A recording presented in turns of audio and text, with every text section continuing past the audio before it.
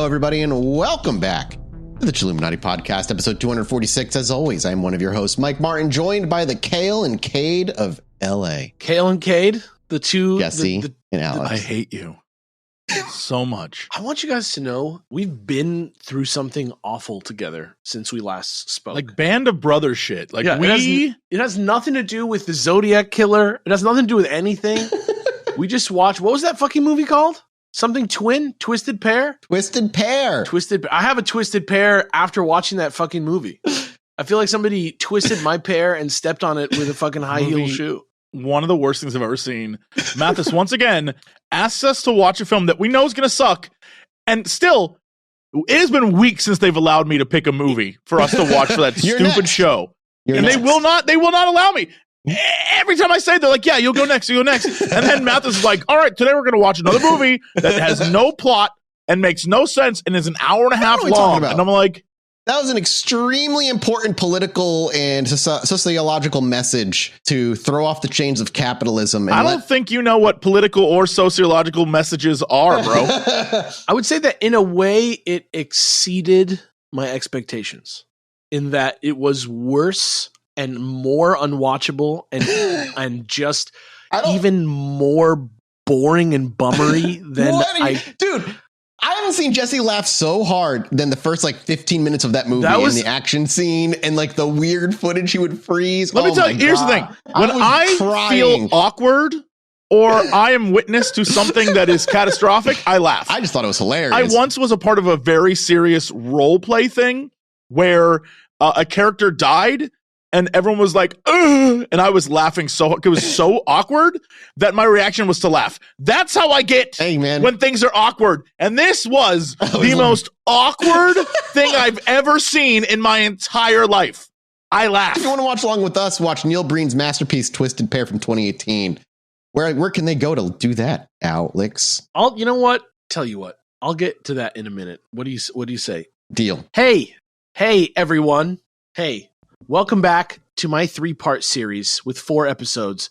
Zodiac. No, don't do that. It is a 3-part series with 4 episodes in a real way that makes sense. Zodiac, the Great American Rabbit Hole, where in this week's episode, which is the second chapter, the conclusion of part 1, The 5 Phantoms, we finish off a pretty dense, relevant, and irrelevant fact-filled look at the sort of pop culture version of the Zodiac timeline, courtesy of ex-San Francisco Chronicle cartoonist and true crime obsessive Robert Graysmith's super popular book, Zodiac, the masterpiece David Fincher movie based on that book, except with a bunch of huge Marvel actors in it, which is also called Zodiac, and the help of everyone's favorite bow tie wearing, larger-than-life cartoon homicide investigator, Harry Callahan.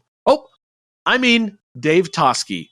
And just as a reminder, once we're done with this, there's still 2 more weeks of the Zodster, if you want to start calling him that. Zodster. I'm not going to call him that, but you can start calling him that. When I shift over to a pair of much more recent books on the subject, Motor Spirit and How to Find Zodiac by a neat writer I'd really love to talk to called Jarrett Kobek. Part 2 next week is called Ghostbusters, where we go over everything we just learned again with fresh eyes and decades of new knowledge to bring things much further into the real and fact-based world of unclear and possibly unsatisfying conclusions. And then the week after that is part 3, which is called The 6th Phantom, and which I think will actually draw some fairly satisfying conclusions after all. But before all that, I just wanted to remind everybody that this is actually the 5th of 8 episodes/series I'm planning to do this year, all leading up to something called episode H8, which I will not spoil for you no matter what you say. Along these 8 episodes, I'm making 8 keywords to go along with them. They are hidden, heavyweights, horse, hello, huge, him again, and hero. Again, they are hidden, heavyweights, horse, hello, huge, him again, and hero. You have the subreddit in a tizzy. I wanted to say the subreddit has already cracked a lot of the Zodiac. A ton of it. Yeah. Oh, they think they have. What they are ultimately for, I'll leave up to you, but they are also rather obvious clues to my next couple episode topics. So let us know what you think at our Chilluminati pod on Reddit. I know, as they have just said, the sub is already absolutely abuzz with speculation. And I absolutely love that no one can tell if I'm serious or if I'm joking. So let me just say this. Either this is completely actually real and you're all in for a big, awesome surprise, or it's fake and I'm laughing at you so hard inside that it hurts. And both, to me, are wins. So that's good. Anyway, here's Mathis with a poem that is called Not Sick of Giving, Willing to Subscribe. Okay? Okay. Ad-free. Green. If minisode green, video minisodes spurting, rotten popcorn all over her new monthly digital art poster from Studio Electro. Oh well, it was minisode anyway. New merch draining into uncertain death. It won't die. This time, someone will pay us $10,000. Just wait till you sign up now at patreon.com/ChilluminatiPod. Now get this next part exactly right. IDHRFNBHVQRKUEDJL. Love the Zodiac Schiller, aka TC. Whoa, that was so weird. Huh. Yeah, man. I guess Wish it had bongos. I don't know. I guess that guy from last time did say he would send more ciphers. So I wonder why that is. I wonder why that he is doing that. Yeah, who could it be? That's is so weird. Anyway, now we're finally almost at the talking more about Zodiac part. So let me just begin with a quick disclaimer that even though I'm just an internet guy talking about some incredibly famous cultural and historical events with the expertise of a comedian, and it has certainly already been covered better and more thoroughly elsewhere, wrong facts will only ever be repeated accidentally and with the best intentions. Also, this series is about a serial killer who kills people, which I only mention because graphic depiction of violence and cruelty lie ahead. So turn on the adaptive noise filter on your kids' AirPods now, and before I forget, you can bet that each one of us is going to display some serious insensitivity about these topics at one point or another throughout, not to mention the moments last week where we already did that, so apologies for that. We mean no harm. And just like always, more than anything, we want to promise you that we are working our hardest to try and put on the best show possible for all you kind folks out there listening. Also, shout outs to our longtime researcher, Deanna, who really helped me change all this insane and often directly conflicting information into something that's hopefully very digestible, informative, interesting, and fun, like the Magic School Bus. Find her on Twitter if you want at Deanna Writes Inc. Don't forget that's Deanna with 2 N's. Tell her you think she's awesome if you want to, because she is awesome. Anyway, on to the second half of Zodiac, The Great American Rabbit Hole, Part 1, The 5 Phantoms. Here we go. Last time, we started by looking at the 1968 murder of high schoolers Betty Lou Jensen and David Faraday, who were shot up in their car at a turnout near Vallejo, California, by a mysterious someone in another car who drove away and was never caught. That's the one that is not in the movie. That's the first one. Then we talked about the very similar murder of 22-year-old Darlene Ferrin, who was attacked along with one of her apparently numerous boyfriends, 19-year-old Mike Mageau. Mike described a sort of vague outline of a man who shined a light on them, possibly acted as if he were a cop to get their guard down, or maybe was a cop, according to Graysmith's various weird... He just, like I say, last time, he just says stuff and then looks at you. He's like, what do you think? I'm not going to say. I don't know. I'm not saying it went that way, but if it go that way, it would make a little sense. Yeah, that's like as much conclusions as he ever draws. It's so wild. There's lots of weird things about this story, like how Darlene said she saw this one dude kill a guy once, all casually, and that something crazy was going to happen soon that would be in the papers, and this guy was maybe coming around and calling and visiting her at work, or maybe this guy doesn't really exist and he's just a composite of many guys doing many different weird things, and someone called and taunted the 911 operator about this after she was dead, and the last murder, and signed off with a really creepy goodbye. Oh yeah, and for some reason, Mike Mageau was wearing 3 entire sets of clothes that night, but who knows why, because Graysmith doesn't ever really quite commit to a clear theory around that either. But he does commit to one theory later, which is kind of funny to me. Anyway, this version of Zodiac is Phantom number 1, who, if you'll remember, I said was kind of just like a normal criminal suspect, or maybe even just like a group of suspects in a straightforward local police murder investigation. No one cared about this guy but the police. The public probably heard almost nothing about it until they personally knew the victims, and I made him up to represent the extremely short amount of time anyone had to do any like undisturbed investigating before the circus began, and muddied the water so badly that they are like in 2024 today, still not clear at all.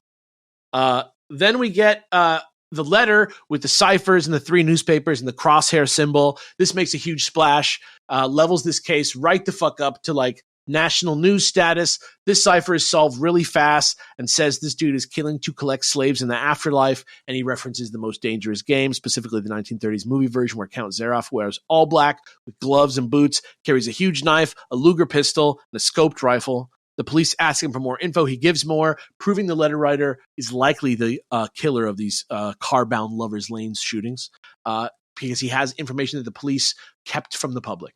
This is the one where he calls himself Zodiac for the first time, and this sort of wild, Riddler-esque genius, mastermind villain character he made up, either intentionally or unintentionally, is created. This is the second Phantom that we were talking about last time, whose plan to evade capture is seemingly to generate so much noise that anything true gets completely lost in the shuffle, which literally seems to be exactly what happened. Like, genius plan, honestly.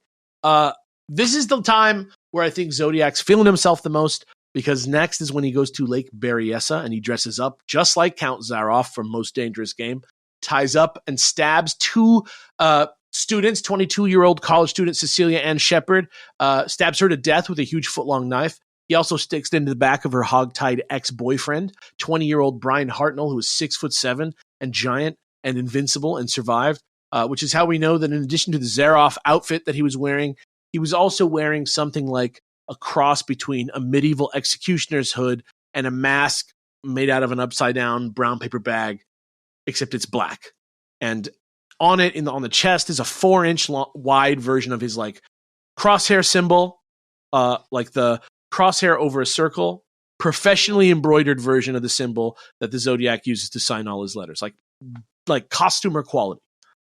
He also leaves the symbol along with a taunting message on the door of Brian's white Volkswagen Carmen Ghia in black felt-tipped pen. He also calls in the murder again via payphone like a dickhead, and a local radio DJ almost catches him in the act, but he only finds the receiver hanging off the hook. And then suddenly it's fall of 1969. Zodiac ups the ante by moving the killings straight into the heart of Presidio Heights, which is a rich San Francisco neighborhood where he shoots and kills 29-year-old cab driver Paul Stein in front of a bunch of kids at a kickback, who almost called the police fast enough to catch him. But unfortunately, the SFPD thought that he was supposed to be a black guy for some reason. I don't know why. Maybe because they're fucking police officers. And they let a guy who later decided was actually probably Zodiac. They let him go because he was white, resulting in that set of 2 incredible drawings you get if you search Zodiac Killer Composite on Google today. You know the ones that we were talking about them a lot last time. This time, when they get the 3rd letter, Zodiac's teasing them for losing them, and to their extreme disgust, they realize he's also now going to be using pieces of Paul Stein's bloody shirt that he tore off at the scene to verify the authorship of further letters. He also threatens to snipe kids on school buses after shooting out the tires, which is, kind of a bummer for everyone. Yeah. And what was already the biggest case in the city's history now becomes unignorable. Then we meet Dave Toschi, who's the homicide investigator, who kind of helped write this version of the facts and who was the lead on the case at the SFPD for an extremely long time. And we also meet Sherwood Morrill, who's the librarian from Seinfeld in the movie, if you remember that fucking show, who represents the insane, imprecise science of handwriting analysis, which is so central to the Zodiac case for some reason. And they and all the other various people working the case in official capacity meet for a Zodiac summit. And nothing happens because they're just all pissed off and they have nothing but like a bunch of crossed wires and a bunch of the same information. And then finally, I teased the 3rd Phantom, who I made to represent the shift in focus away from Zodiac as a specific guy to a more nebulous part of American cultural folklore who lives more in like your imagination. The 3rd Phantom of Zodiac can literally be anybody wants, like your neighbor who makes too much noise is now the Zodiac killer, or whatever, you're like going to go out at night. Cruz. Yeah, don't stay out at night because the Zodiac killer is going to get you. It's like you're not thinking about like a real person. And now I also gave this particular Phantom the nickname Sam, and I said that you'd learn more about that today. So now that we are all brushed up, come with me again to 2 hours after midnight in the early morning of October 22nd, 1969. There you are. Look, where there's nice year, nice year. You're at the Oakland Police Department, and there is a phone ringing. It's 2 in the morning at the police department, and the phone's ringing.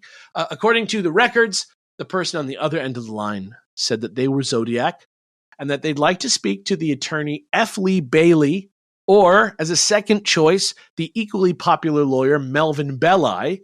But not only that, they wanted to do that same morning in 5 hours, live on the AM San Francisco show. Live from New York. Literally, hosted by Jim Dunbar, a TV show on Channel 7, KGO TV, which was owned by ABC. This was the demands of the Zodiac Killer. There are, for reasons that will soon become obvious, conflicting accounts of whether the police really thought that this was Zodiac making these demands. But nevertheless, Toschi and his partner Bill Armstrong are contacted by Captain Marty Lee of SFPD, who passes on news of the call, sets up the show with Melvin Belli, who actually lives in San Francisco, so he's like available, unlike F. Lee Bailey, who I think is from Boston, if I'm not mistaken. And by 6:30 a.m., just 4.5 hours later, the show's up and running. Jim Dunbar and his special guest Melvin Belli are asking everybody to keep the lines clear because they want to let Zodiac call in, which he seemingly does 40 minutes later at 7:10 before immediately hanging up the phone.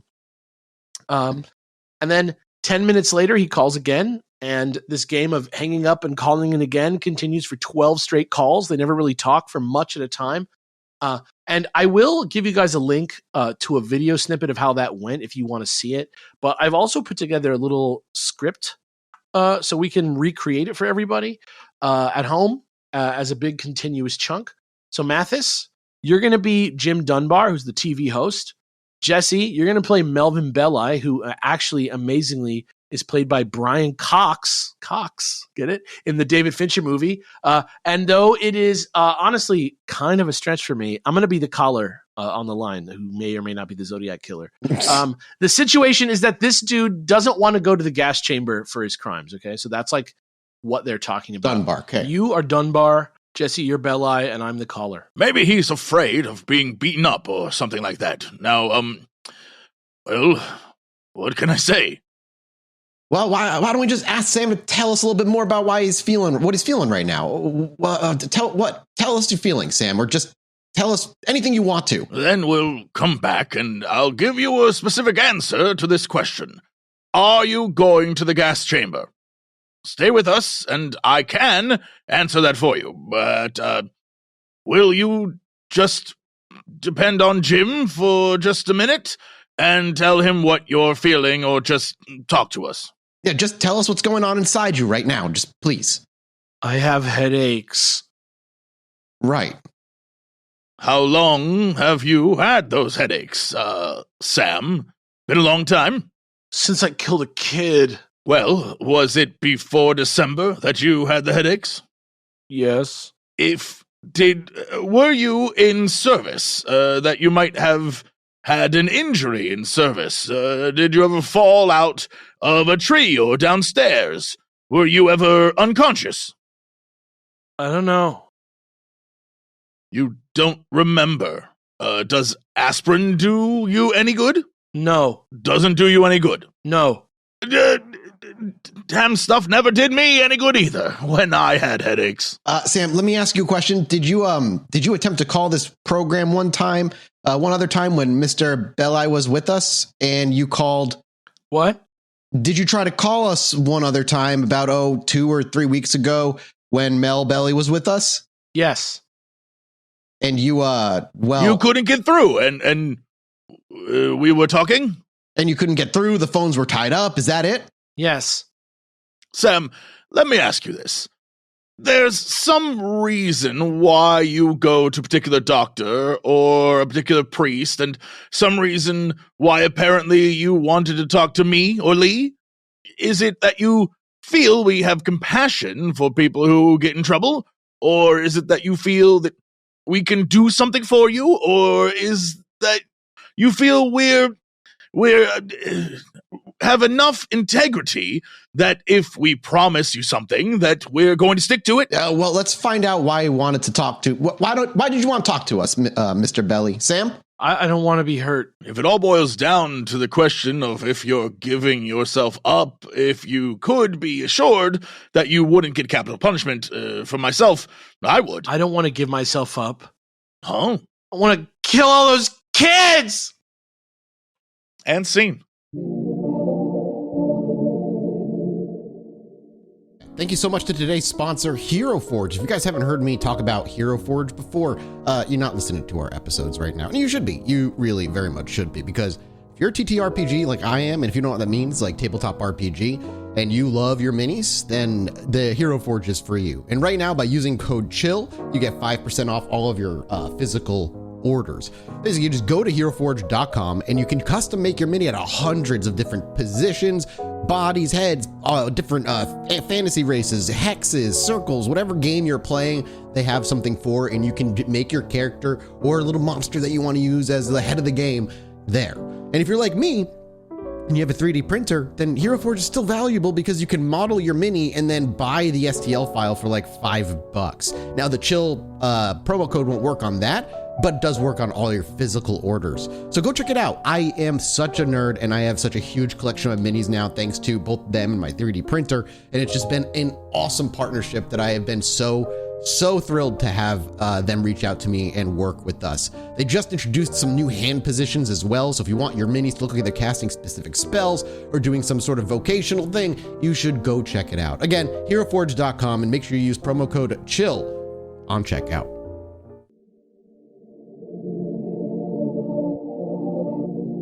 Brian Hartnell and the police who spoke with Zodiac, either by phone or that one time on the street in Presidio Heights, all agreed this guy was too young sounding to be the real guy.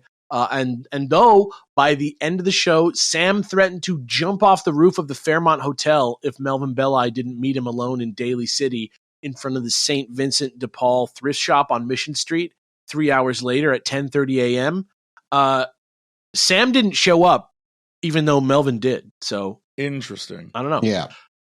Later, when the police are able to trace the calls, it's revealed that they actually came from a patient at the Napa State Hospital, though going forward, they continue to assume the original call that morning was really Zodiac, while Sam calling into the show was not Zodiac.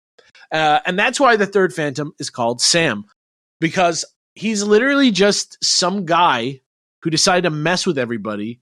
And here I am, like 55 years later, talking about this guy for no other reason that the Zodiac also exists, even though he is not actually related to the Zodiac murders or letters or anything else in any way. And we don't even actually know for sure who he is or who the Zodiac is. The man saw a tailwind and jumped on and took a ride for a little bit. Yeah. So basically something happened. I'm talking about it and we don't know anything about it. Anyway, a few weeks later, on November 10th, 1969, it still hasn't even been a year since this shit started. And the San Francisco Chronicle receives 2 letters simultaneously. Letter number 6 is actually a greeting card postmarked for 2 days before on November 8th. On the front is an illustration of a dripping wet fountain pen. And the setup is, sorry I haven't written, but I just watched my fountain pen, ... And when you open it up, the pre-printed joke inside is a bunch of blotchy ink that spells out, and I can't do a thing with it. So that's the like cute greeting card. I don't even really understand the joke. It's just I was about to say, I don't know what that... I haven't written, but I just washed my fountain pen, and I can't do a thing with it. Are you not supposed to wash your fountain pen? Does like washing it make all the ink come out? It seems like a at the time kind of goof. Yeah. Like you had to be alive then. Yeah, I guess so. I don't know. Also included in this envelope was another piece of Paul Stein's bloody shirt to prove it was legit. When are we going to win Ben Stein's money, though? Yeah, well, Paul Stein doesn't have very much money. He was working 2 jobs to get through college. So this one also came with a little letter, which Jesse's going to read for you now. Here it is. This is the Zodiac speaking. I thought you would need a good laugh before you hear the bad news. You won't get the news for a while yet. P.S. Could you print this new cipher on your front page? Boy, this guy can't spell. I get awfully lonely when I'm ignored. So lonely. I could do my capital thing. And I don't know about you, but I think his thing might be killing. I think so. Yeah, maybe. I thought he was like really into astrology. Dude, I think a lot of people think he's really into astrology, and I think that is very, very wrong. Is that weird? Yeah, maybe. Do you think when he killed his victims, he then like looked at the position of the body and tried to predict what was going to happen next month? If the body was like, oh crap, the body's in retrograde, gotta murder somebody else next Thursday. The body's in retrograde sucks, by the way. But also, was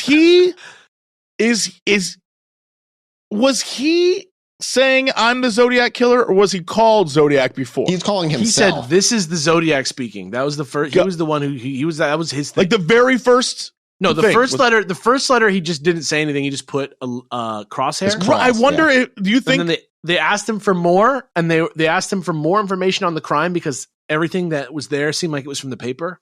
And then he just wrote a spontaneous second letter that said, "This is the Zodiac speaking." Okay. I thought between letter 1 and 2, they were like the Zodiac killer, and he just like went with it. But if this is something that's his vibe, then okay. All right. I don't want to spoil it too much, but like, think about this. Like, if you were like into, let's say crypto or something like that, right? Sure. And you wanted to like be a crypto influencer, right? Like naming yourself Zodiac and trying to be an astrology-based killer is like the same thing as naming yourself like Crypto Man. You know what I mean? It's like so, it's like so like basic and dumb that it's like kind of like I don't know, like kind of like a out of touch dad kind of vibe. But that's just because I'm really biased from the other books that I've been reading. Mm-hmm.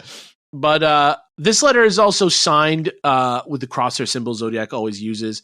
Also seems to have kind of like a updated kill tally on the bottom from where he left it on the car door at Lake Berryessa, where before he had only claimed 5 victims in 4 months. He now seems to have listed a date at some point in August and also claimed 2 more victims for a total of 7. But you can kind of see what I mean better if I show you a picture of the letter. So here's the letter. This is the first half of the letter. And you can see the pen. Yep. It's like a cartoon. It's like a very high quality thing.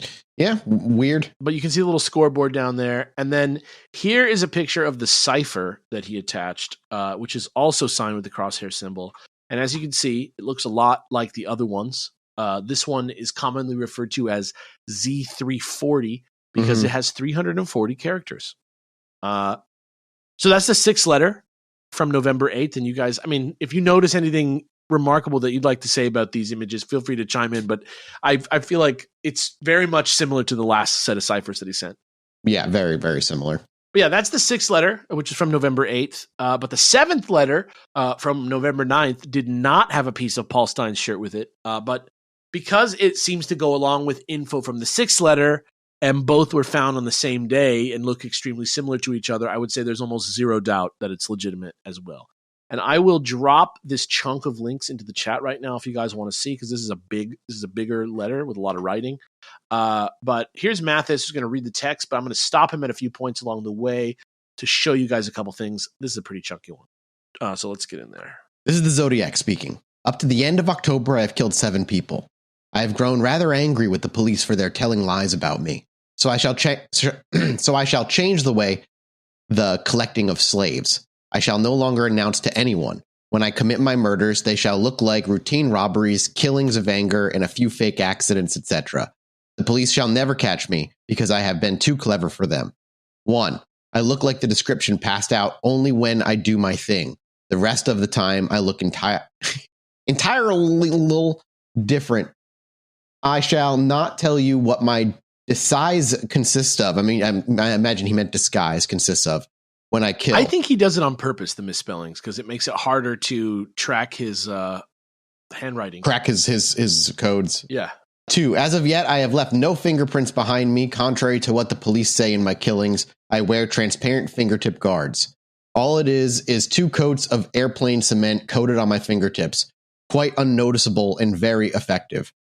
3. My killing tools have been bought through the mail order outfits before the ban went into effect, except one, and it was bought out of the state. So as you can see, the police don't have much to work on. If you wonder why I was wiping the cab down, I was leaving fake clues, spelled CLEWS, for the police to run all over town with, as one might say. I gave the cops some bussy work, some bussy work. Hold on. Is this guy A time a traveler? time traveler from 2023 Twitch? Did he? He gave the cops some bussy work, and It all checks out now. and it's to keep them happy. And maybe it did. I enjoy needling the blue pigs. Hey, blue pig, I was in the park. You were using fire trucks to mask the sound of your cruising prowl cars. The dogs never came within 2 blocks of me, and they were to the west, and there was only 2 groups of parking about 10 minutes apart. Then the motorcycles went by about 150 feet away, going from south to northwest. Then around this next part, there's a note that says must print in paper. So this is the part that he really wanted to make sure was in the paper. So I'm going to now give that part to you to read, Mathis. P.S. 2 cops pulled a goof about 3 minutes after I left the cab. I was walking down the hill to the park when this cop car pulled up, and one of them called me over and asked if I saw anyone acting suspicious or strange in the last 5 to 10 minutes. And I said, yes, there was this man who was running by waving a gun, and the cops peeled rubber and went around the corner as I directed them, and I disappeared into the park a block and a half away, never to be seen again. Yeah. So then that's the end of the part that has to be printed. So I think he really wanted to Make the cops look like dumbasses. Yeah. I guess. And then it goes on. So Mathis will keep reading for you. Here you go. Yep. This is a big letter, by the way. No, yeah. Yeah. Hey, pig, doesn't it rile you up to have your nose rubbed in your boo-boos? If you cops think I'm going to take on a bus the way I stated I was, you deserve to have holes in your heads. Take 1 bag of ammunition nitrate fertilizer and 1 gallon of ammonium nitrate, fertilizer and 1 gallon of stove oil and dump a few bags of gravel on top and then set that shit off, and will positively ventilate anything that should be in the way of the blast. The death machine is already made.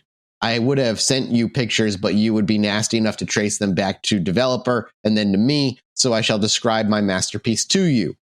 The nice part of it is all the parts can be bought on the open market with no questions asked. 1 bat POW clock will run for approximately 1 year, 1 photoelectric switch, 2 copper leaf springs, 2 6-volt car batteries, 1 flashlight bulb and reflector, 1 mirror, 2 18-inch cardboard tubes, black with shoe polish inside and out. Then the 5th page is a simple diagram of the bomb he's got plans for, which I'll show to Jesse and Mathis now so they can describe it to you. So there's a link to the death machine diagram. First off, I just want to say for the record, it's crazy to me that they removed the background from this. Yeah, so it's a bomb, all right. It has what appears to be batteries, a 6-volt battery, or is that 16? I guess 6-volt battery and a 6-volt battery, both connected to a timer, which is then connected to the bombs. Yeah, and you can see kind of how the bus goes by and gets blown up by the bomb, but the car doesn't because the car is lower. Yeah, because it's high up. Yeah, he drew a little diagram. And then it goes on for 1 more page. So here's Mathis again. The system checks out from one end to the other in my tests. What you do not know is whether the death machine is at the site or whether it is being stored in my basement for future use. I think you do not have the manpower to stop this one by continually searching the roadsides looking for this thing, and it won't do to reroute and reschedule the buses because the bomb can be adapted to new conditions. Have fun. By the way, it could be rather messy if you try to bluff me. Yeah, and then this is the part where Graysmith mentions he might be one of the very few people in the area who does have a basement, because that's the thing. He mentions a basement. It's like there's a famous line in the movie that's like, there's not that many people in Northern California with a basement or whatever, right? And then he signs it with a pretty weird version of the crosshair symbol that seems to be some kind of hint, which Jesse and Mathis will tell you about now. I have no idea what this means. I know people have theories about this, but the death machine signature. So it's essentially, it's the crosshairs, except at 6 o'clock and 8 o'clock, 9 o'clock, 10, and 11 o'clock, there are little X's on the circle. Yeah. And so it's like, it seems to be some kind of diagram. Some people have said it's the phases of the moon or something at the times of the murders that he already did, because there's 5 of them or something like that. But nobody really knows. It's just kind of like an extra little bit of clue. And then he wrote a PS, which Mathis will read for you now, which I'll give to you here. P.S. P.S. Be sure, spelt S-H, to print the part I marked out on page 3, or I shall do my thing. Yeah, and then on the other side of the paper, there's one last message from Heathers to read. To prove that I am the Zodiac, ask the Vallejo cop about my electric gun site, which I used to start my collecting of slaves. And we talked about that briefly last time, how he was talking about how you can put a flashlight on the gun and then you can like shoot without having a crosshair. You can just like spray at the middle. I don't know how well that works, but it's a thing. That's a thing that he references a lot of times. So yeah, there's a lot to unpack here from these letters, especially once you really start to try and look for clues on your own in Zodiac. Like once you're familiar with the case and you just start to like go on the internet and read a bunch of wrong shit about it, and then you realize how fucked up research is and how crazy and like cavalier people are with facts. And it's just, even I am guilty of it now as I'm doing this. It's just inevitable, it feels like. But man, it's so crazy. And the main takeaways, though, for now are that A, yes, this bomb could work as designed. That's a real bomb design that's in there. And B, coupled with the threat that he will kill if the letter isn't printed, things could get dangerous very fast. So that's where everybody's head is at. Also, with regard to the cipher, about 10 years later, in August of 1979, Graysmith himself claims to have solved cipher Z340 using a method that was approved by specific people he name-checked at the American Cryptogram Association, but I won't mention their names here because I don't want to embarrass them, and I don't want to explain how he did it here because it's very complicated. But anyway, here is Jesse trying his best to read the first part of this boo-boo solution he made, which supposedly frames the whole thing as a letter to Herb Caen from the San Francisco Chronicle.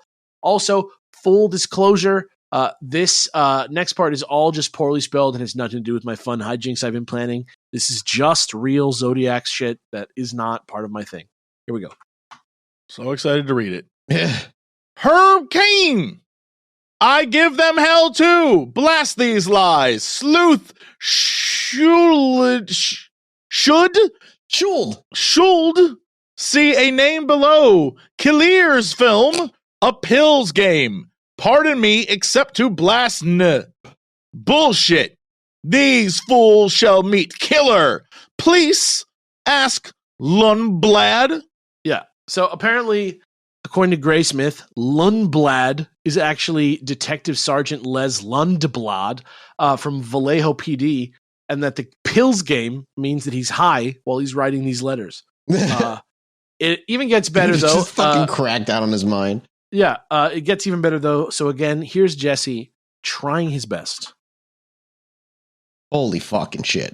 What the fuck is that? Come on, man. So at LSD Clear Lake. So stare, I eat a pill, asshole. I plant Mr. AH phone Lake B. Graysmith says that Lake B is obviously Lake Berryessa and that Mr. AH, quote unquote, might be talking about Art Hop, who is also a writer at the San Francisco Chronicle. And then it goes on, and so too does Jesse's attempt to parse it for you.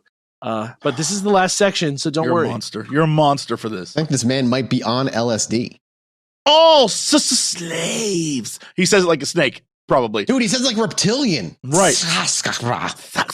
Because LSD will stolen either slave shell, I hell / Toshi. The pig stalls deal OC, 8th soul slain. Or Soel slain. It doesn't matter. Yeah. I always said fuck Toshi, dude. Yeah. Fuck dude, Toshi. Fuck Toshi, bro. And that's apparently that's Dave Toschi, the investigator. Wow. That sure is a strange message, and it's such a coincidence that Graysmith's writing partner on the book happens to be mentioned in it, isn't it? Actually, I know I said I'd wait longer on this correction stuff, but this one is a little bit too egregious for me to let stand. So on December 12th, 2020, at the height of the COVID-19 pandemic, the FBI San Francisco Division Twitter posted a message with the caption, #breaking, our statement regarding the Zodiac cipher, which Mathis will read for you now. This is a real thing that happened about 4 years ago. Pretty cool. The FBI is aware that a cipher attributed to the Zodiac Killer was recently solved by private citizens. The Zodiac Killer case remains an ongoing investigation for the FBI San Francisco Division and our local law enforcement partners. The Zodiac killer terrorized multiple communities across Northern California, and even though decades have gone by, we continue to seek justice for the victims of these brutal crimes. Due to the ongoing nature of the investigation and out of respect for the victims and their families, we will not be providing further comment at this time. Yeah. However, I personally can add that just a week or so earlier, on December 3rd, 2020, American software developer David Oranchak, Australian mathematician Sam Blake, and Belgian programmer Jarl van Eyck actually solved this cipher, the Z340 cipher, using lots of math and an app that Van Eyck created himself called AZ Decrypt. We talked about this in one of our earliest minisodes ever, because that was right around the time we were doing minisode stuff. Exactly. In real time, this broke. Yeah. And here's Jesse now with Zodiac's actually way more consistent, readable, real secret message finally solved after 55 years. I hope you're having lots of fun in trying to catch me. That wasn't me on the TV show, which brings up a point about me. I am not afraid of the gas chamber because it will send me to paradise. All the sooner because I now have enough slaves to work for me, where everyone else has nothing when they reach paradise. So they are afraid of death. I am not afraid because I know that my new life is life. That my new life is life will be an easy one in paradise. Death. Paradice. Yeah. So he does spell paradise. D-I-C-E. Paradise. Paradice. Yeah. So that's that. And I guess he must have been watching that day but when Sam called in. But even though he keeps hinting that he's collecting more slaves and claiming more victims, he must be doing a pretty good job with those cover-ups because there's not really any local crimes or reported missing persons in this period they could really be that haven't been solved since. Out of curiosity, what are the chances he was hitting, like we've talked about with other serial killers, the lesser dead, the homeless, the homosexual community in the 60s and 70s, things that cops actively were trying to basically just like ignore and still have issues with to this day, but not nearly to the degree it was back then. Is there any chance that you think he may have been hitting like the homeless population or like the homosexual or the escort or sex worker part of the country? Yeah, I do think it's possible, but I would say that in the case of the Zodiac killer, like everything about the way that they act and the way that they claim their own kills. I mean, it's true. No, it's definitely something. He does say, I'm going to change it. So it's just going to be like normal killings and you won't be able to tell when it's me or when it's normal because I'm such a genius. But that's like what a little fucking stinker asshole says. You know what I mean? Like, I don't think most serial killers, that's what they are though, right? Like they're all little stinker assholes. Like from another perspective, suck at everything in life. Like we talked about last episode where in 2 of his kills, he didn't even kill 2 of the people. He was so fucking egotistical thinking he did it. Right, exactly. And think about this, just as a thought experiment. This kind of just occurred to me right now, right? If you think about this in another way, he realized that he left a fingerprint by accident at the cab and never killed anybody ever again. That's very true, yeah. You know what I mean? Very possible that that's what happened. And I really don't think it's the killing that's Zodiac's deal anyway. So back in 1969. Well, that brings up another question. So, because this is another serial killer thing that we've talked about before. Do you think, what kind of serial killer do you believe Zodiac was? Like, to me, he comes off as what's known as a process killer. It's about the process of killing, the taunting of the police, everything around the killing rather than the killing of itself that he truly enjoys. I know he preaches like it's all about slavery and like afterlife, but I'm not sure how much of that is just him being an asshole. You know what I mean? If you ask me personally what I think after reading all this shit, like I'll get into it more in get into it later. Okay, no, in the next couple, but I will say this. I do think that he doesn't buy into it at all. I think that he is more into the writing the letters and being a sensation part of it than he is about the killing. I think he sees the killing as a means to an end.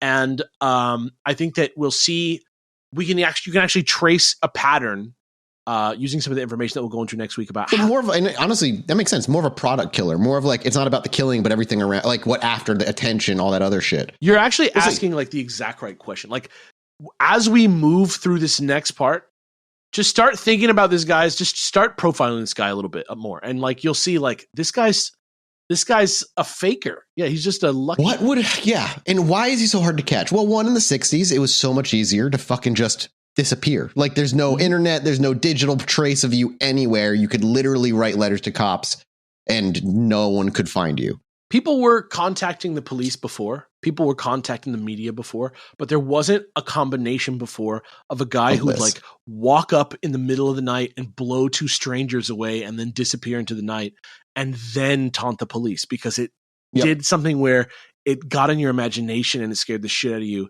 In the same way that, you know, people started locking their doors after the Manson family happened.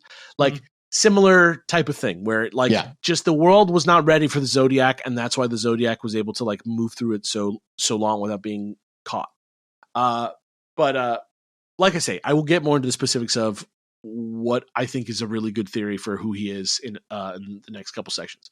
But back in 1969, we do not hear from Zodiac again until December 27th. And it's not through one of the usual methods. Instead, Melvin Belli, the lawyer from the TV thing, receives word while he's at a conference in Munich that a Zodiac letter postmarked for the 20th, aka the 1-year anniversary of that first murder of those two kids at the turnout, but it was delayed because of the Christmas post. It arrived at his home in San Francisco with a piece of Paul Stein's shirt inside, and it went unnoticed for several days because he was out of town. So once he heard about it on the 27th, he immediately had one of his legal associates fly out to meet him in Germany with a copy of the letter. And I'll show you guys scans of it now, just so you guys can kind of see the effect that I'm going to need to talk to you about in a minute. But I would say that one word, like I would describe it as this is a neater version of the Zodiac, as in tidy. So here's Mathis with the text of that for you now. Dear Melvin, this is the Zodiac speaking. I wish you a happy Christmas. The one thing I ask of you is this. Please help me. I cannot reach out for help because of this thing in me won't let me. I am finding it extremely difficult to hold it in check, and I am afraid I will lose control again and take my 9th and possibly 10th victim. Please help me. I am drowning.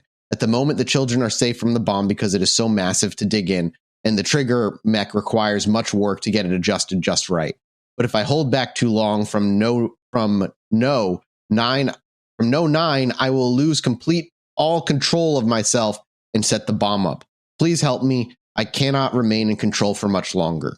He's implying that he has 8 victims and that he's holding out on no 9. He's trying to stop himself from killing his 9th victim. Where did this come from again? I apologize. This was mailed to Melvin's house and has Paul Stein's shirt. Yep. Gotcha. And of course, it's always signed with the typical crosshair symbol. But the way I see it is this. On one hand, if Zodiac really did try to get Melvin Belli to come on TV and talk to him that morning by calling and asking the police, maybe this is just another earnest cry for help. Maybe he really is reaching out to Melvin Belli because he admires him and wants help from him. But on the other hand, to me, it kind of sounds mocking, kind of wry to me. Maybe just a way to celebrate his first murder from the previous Christmas while also trolling Melvin Belli even harder than Sam did on TV. And if you notice, towards the end, as the letter finishes, the neat style, kind of like if you look at the pictures of the letters, like the neat style kind of like, it's almost like he's doing like a visual art project where he's like showing the madness taking over again towards the end of the letter. And he's like turning back into the Zodiac. Which feels... it's interesting because like, on the one hand, like everything about him up to this point has been taunting, like very trolly in a lot of ways. But at the same time, with the letter, it just harkens to every serial killer that I know, and everyone we've covered and will cover. It's like they always have that cooling off period where like they get it out of their system, and you see some try to like get back on the straight and narrow, try to like get it in control. They don't want to do it again. But as time goes on and time passes, the urge begins to well up, and then they put themselves in situations where they can't control it. The thing is, the cooling off period between each one almost always gets shorter and shorter and shorter. Occasionally, there'll be like a huge long break, but that's rare compared to usually rapid. It gets really, really rapid. Ted Bundy, like any of all the serial killers we covered have had that kind of as an example. Yeah, that is not the case with the Zodiac exactly. He has a big break where he doesn't do anything. So it's interesting. It fits the pattern at first, and then Paul Stein dies, and then it's just very unlikely that I think that he killed anybody else. Though, depending on who you believe the Zodiac killer is, there's a lot of different strings of murders that you can break off into. Like, I don't know if you ever read Graysmith's book, but it's one of those books that has like a big ass index, like glossaries and index, and like half of it is just like a list of like people that maybe were killed by the Zodiac, and they're all women, and there's like a couple other strings of serial killers that like people are like, oh, it's the Zodiac, and that like tie into some of the timelines. See, and yeah, that makes it so difficult because you're talking about 1969, 1970. There were so many active serial killers within miles of each other that would all become huge names later on, and like just as it was nuts to think about. Like Ed Kemper, Ted Bundy, Zodiac, they were all active within the same decade or two, in the same like exact mindset, which is so weird. Yeah, but I think it feels almost melodramatic the way this letter changes from like. Sure, I can see that. It feels almost like theater to me, almost. Like, I don't know. Maybe it was a theater dropout. It would make sense. I feel like he's a little winker. I think he's winking. He is a little winker. You know what? It's a great name. He's a winker. He is a little winker. In a quote from an article by Robert Downey Jr.'s character in the Zodiac movie, a San Francisco Chronicle reporter called Paul Avery, who also becomes a major character in the Zodiac cinematic universe pretty soon. It feels like, regardless of what Zodiac meant, Melvin Belli mostly just sees this whole thing as an opportunity. It's the whispers of Belle Starr and the opportunity that they saw in there. They saw there. Yeah, he's like a weird public figure, right? He was doing like, if you read Zodiac. Sorry, Jesse. Let me just get into this real quick. Okay. You know that famous Rolling Stones concert where like the Hells Angels got hired to be security in San Francisco and they like killed somebody or something? They like stabbed a man. No, but that's like, crazy. While the Rolling Stones were fucking playing, just like a guy got murdered. Like that was Melvin Belli's joint. And then there was like another, like I forget. He always gets involved in like shit. He's like a celebrity lawyer. You know what I mean? He like shows up when shit's getting weird, and it's like, you know, oh, it's Melvin Belli. It's like Jackie Childs. Things are getting weird because he's here. Yeah.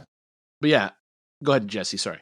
Belli said that if Zodiac fears meeting him in California because of murder warrants against the killer in the state, we can meet elsewhere, say in Nevada, or anywhere in the world for that matter. Belli said that he is scheduled to remain in Europe for several weeks. He has a trial starting next week in Naples and then plans to fly to Algiers to confer with fugitive Black Panther Eldridge Cleaver, but will return to the United States soon if Zodiac will meet with him. I'll catch the first plane back, if that's what he wants, Belli said. You know what I'm saying? Like it just seems like he's like wheeling and dealing a little bit too much. Like there's no way that there's like a lawyer that needs to be all over the world like that. That doesn't even seem like it's possible to me. I would not even know. I have no idea. I couldn't even. Just look. If you look at him, I gave you the clip of him on the show with Jim Dunbar. You could just look. You could just see that he's like he's trying to, he's trying to be like the real Matlock or something. I don't know. But perhaps laughing his ass off, or maybe genuinely wounded by such a crass response to his earnest plea, Zodiac doesn't reply, and his opinion seems to kind of sour on Melvin Belli going forward, as you'll see for yourself pretty soon. But before you do, if you think of the 5 phantoms of Zodiac as evolving into each other as our story develops, come with me now, a few months into the next decade, to March 23rd, 1970, where the 3rd phantom evolves into the 4th phantom, where instead of Zodiac suddenly having the possibility of being anybody, this is when the 4th phantom, some of these guys that are out there might actually start to accidentally become Zodiac back, especially sinister crimes, especially on a stretch of road. Dude, is he like the Joker and he infests people with the Zodiac virus and they all slowly become the Zodiac? In a non-literal way, I think so. Like, especially sinister crimes, especially on a stretch of road in Vallejo where people have been reporting someone driving around harassing people in their car. In the early morning hours, around 2 a.m., a man in a large semi-truck is driving along the Highway 132 when his headlights illuminate a distressed-looking woman on the side of the road holding a baby and trying to flag down help.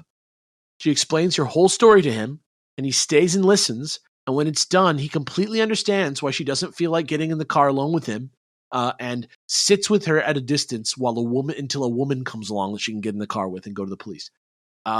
When she goes back into town, she eventually introduces herself to police as 22-year-old Kathleen Johns.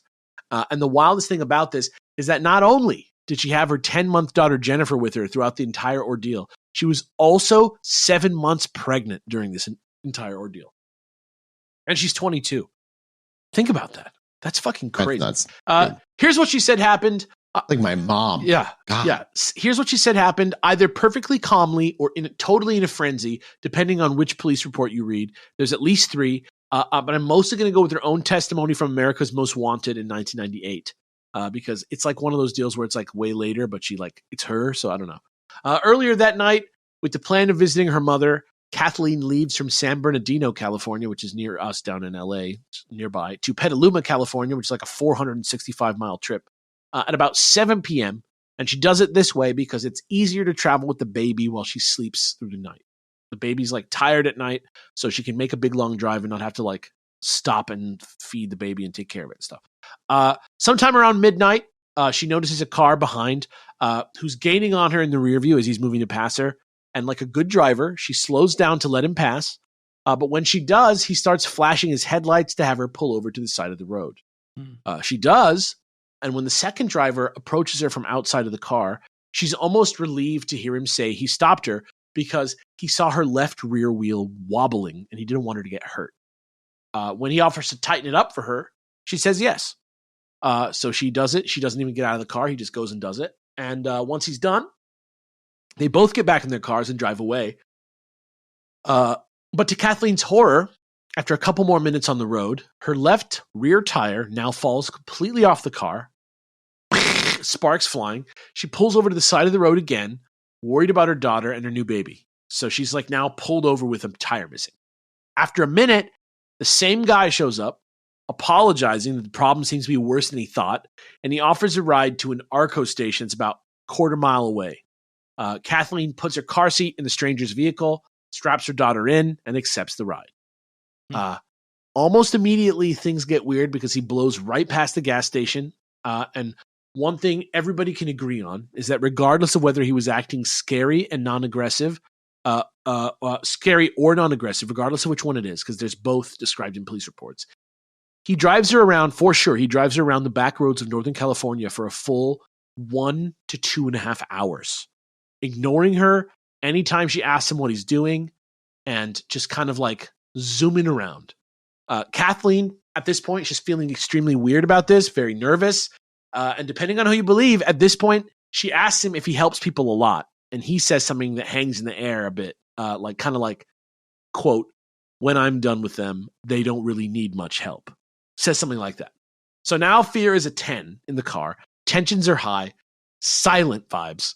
And amazingly, she gets a lucky break because car guy accidentally drives up an on-ramp the wrong way, or he stops at a stop sign or something, and he has to stop the car 100%, complete stop. So she just unbuckles her baby and like jumps clear the car and like gets in a ditch to hide. What city did they get picked up in? Like where? This is in Vallejo. Is that anywhere near Santa Cruz County? I mean, anywhere near, like, yeah. Yeah, because I asked, because I'm not saying this is, but fucking Ed Kemper was active at this time. He was active right now. And one of the things he used to do is he would test himself by picking up people in their car and just driving around with them until he eventually either left them, like dropped them off, or they jumped out of their car till it eventually led to like murder. So I'm just throwing it out there because that's where he's active right now in 1969 in Santa Cruz County. So very well could be. I'm just and like that's the type of stuff that is like always happening on the message boards too. But the fear is at a 10. She's out. She's in the ditch on the side of the road. And again, no matter what story you believe, this guy does come back. But depending on what report you read, he either sits in his car silently for 5 minutes without turning any lights on before speeding off, kind of angry, or was literally outside of his car searching for Kathleen and her daughter on the side of the road with a flashlight when the semi-truck driver rolls up and scares him off, who, as we know, waits with her on the side of the road until the woman stops for her to get in the car with and go to the police. When she gets to the station, she apparently sees a pair of the Zodiac composites from the Paul Stein cops that stopped him without knowing it was him. And without knowing who they're supposed to be, she sees them and she freaks out and she's like, "Oh my God, that's the dude. Oh shit, that's him right there."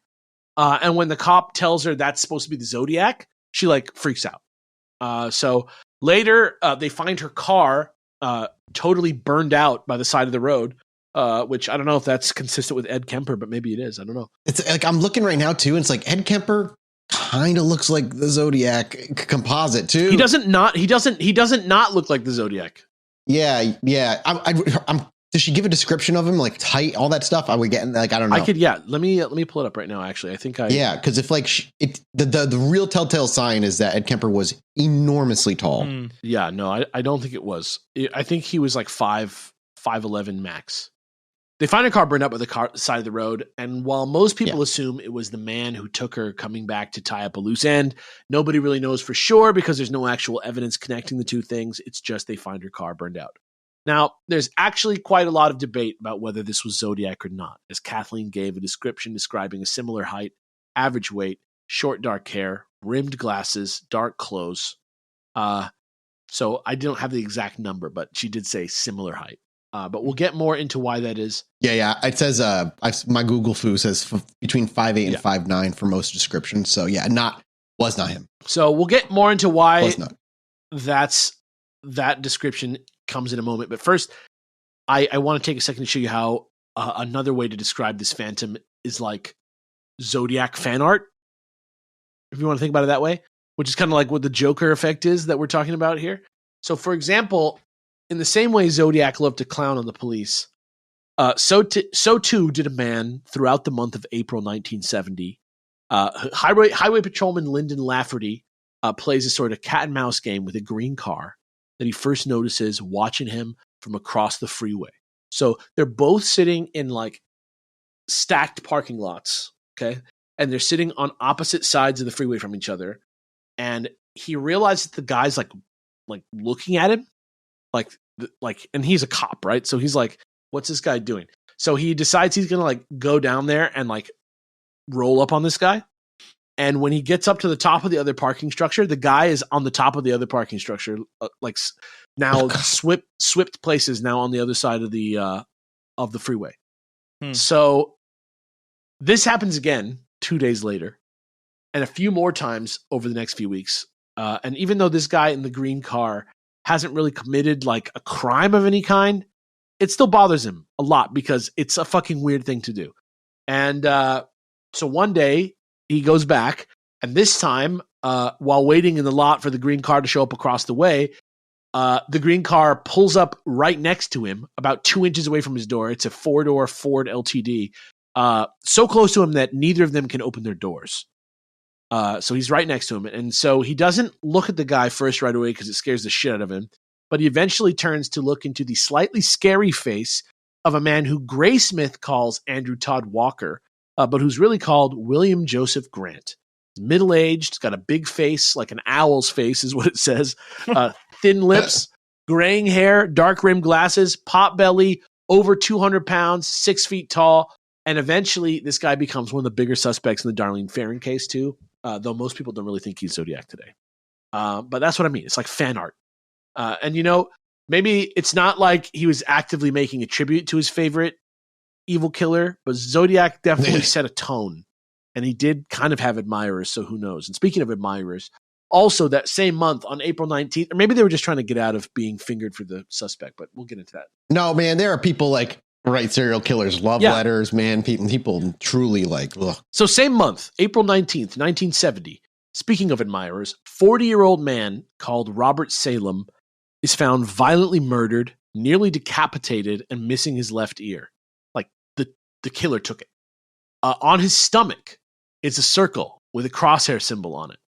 And written in blood and scrawled on the wall were the phrases Satan saves and Zodiac. However, almost immediately... It's never been his motive. Immediately, a suspect they already have in custody for another crime, Stanley Dean Baker, admits to doing this. And sure enough, they find plenty of fingerprint evidence in the scene to place him there. It's deemed a copycat killing by the cops, and the case is closed. It's fan art. On the same day, though, amazingly, April 19th, a letter is sent to the San Francisco Chronicle containing a short cipher, which has likely not been solved, and includes a second bomb diagram. And here's the text from Mathis Street. Let me send you the image version. Yeah, link it. So you can see the cipher there. And you can see the bomb here. And here is the letter text for Mathis to read. This is the Zodiac speaking. By the way, have you cracked the last cipher I sent you? My name is, and then obviously the cipher. I am mildly Ceres as to how much money you have on my head now. I hope you do not think that I was the one who wiped out that blue meanie with a bomb at the cop station, even though I talked about killing school children with one. It just wouldn't do to move in on someone else's territory. But there is more glory in killing a cop than Probably a kid. A kid, because a cop can shoot back. I have killed 10 people to date. It would have been a lot more, except that my bus bomb was a dud. I was swamped out by the rain we had a while back. The new bomb is set up like this, and then there's a diagram. P.S. I hope you have fun trying to figure out who I killed. And then he updates the score again. This time, Zodiac symbol 10, SFPD 0. In this case, probably the blue meanies he's talking about are the this bomb that happened where a guy like ran up and threw a bomb at a police station or something and killed one guy who was in there. That had happened in the headlines around that time. But like, I think he wrote that to like throw people like to as a plausible deniability for him claiming crimes that he didn't commit. Because it's like, well, he said he didn't do this one, so why would he claim one and not claim another? And this time, I think the bomb design uses like photoelectric switches so that like time to the heights of the different things. Because if you imagine like the sun is shining on the bomb, it's like the bus is high enough that the shadow like will be covered and cause the bomb to explode, but the cars are low enough that the sun will pass through. So that's kind of the plan for the bomb, if you can see it. Yeah, it's actually wild. Like it's like it blocks it and it'll close a circuit. If once the shadow blocks the photoelectric sensor, it closes the circuit and opens the other one. Yeah, it's kind of like a rudimentary version of, you know, that thing where it's like the laser, and then the movies they like put the mirror on the laser, kind of like, oh, it won't blow up because the mirror's reflecting it back. Yeah, like that kind of vibe. Literally like a garage door sensor. Yes. That you like jump over and stuff. Yeah. Also, by popular wisdom, the reason the cipher hasn't been solved, or we can't tell if it's been solved, is just because it's like fucking small. So this one is what 13 characters or something like that. It's a very short cipher. And it kind of looks a little different than the other ciphers, I would say. It's like a little bit more rough and tumble, but I don't know. I think it's too short to be solved by conventional means, but maybe not. Who knows? We'll see. However, I don't think he really felt like he got his point across, because about a week later, on April 28th, another letter arrives in the form of a greeting card. This time with a droopy cowboy, like old man prospector guy on the front, riding a donkey with the phrase, "Sorry to hear." And then when you open it up on the inside, the cowboy's like smiling and he's on a huge dragon, and it completes the sentence and it says, "Sorry to hear your ass is a dragon." Get it?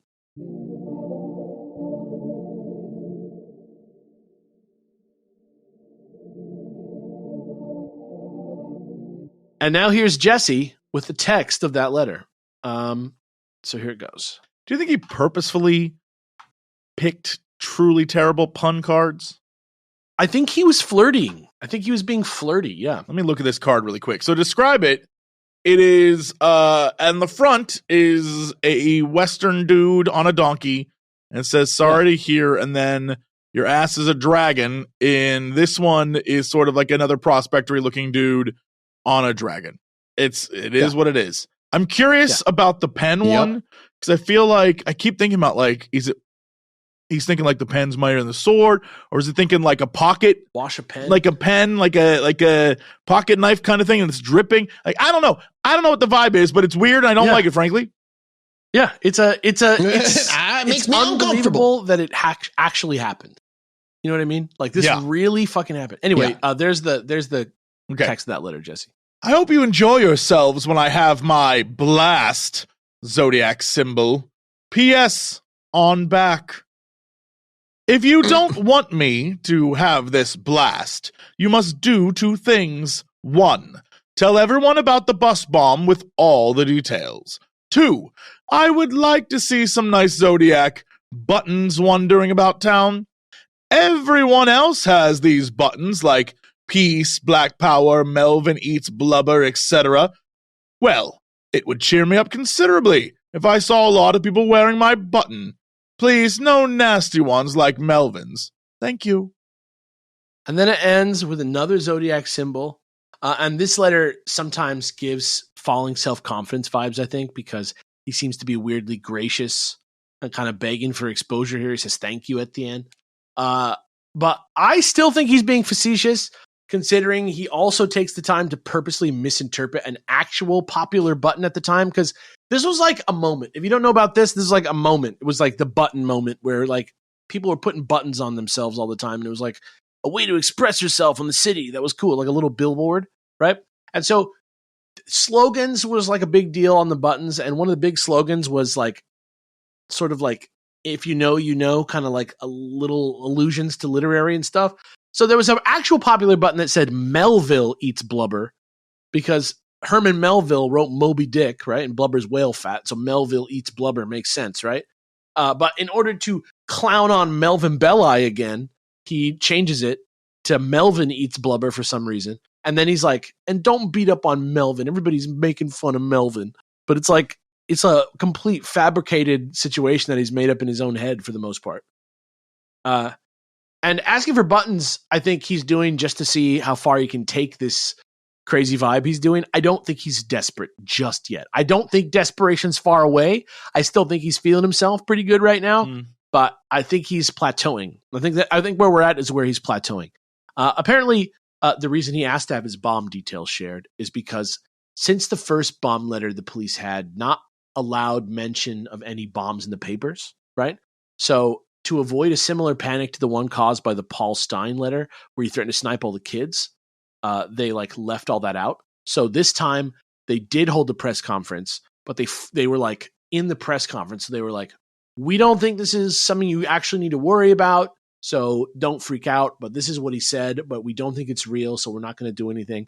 So they like got in front of it in that way, and there was never any sort of like panic about this, and there was never any sort of mass-produced viral Zodiac button phenomenon. Though I'm not going to say there were zero Zodiac buttons. I think I've seen them around there, out and around at like shows and stuff still to this day.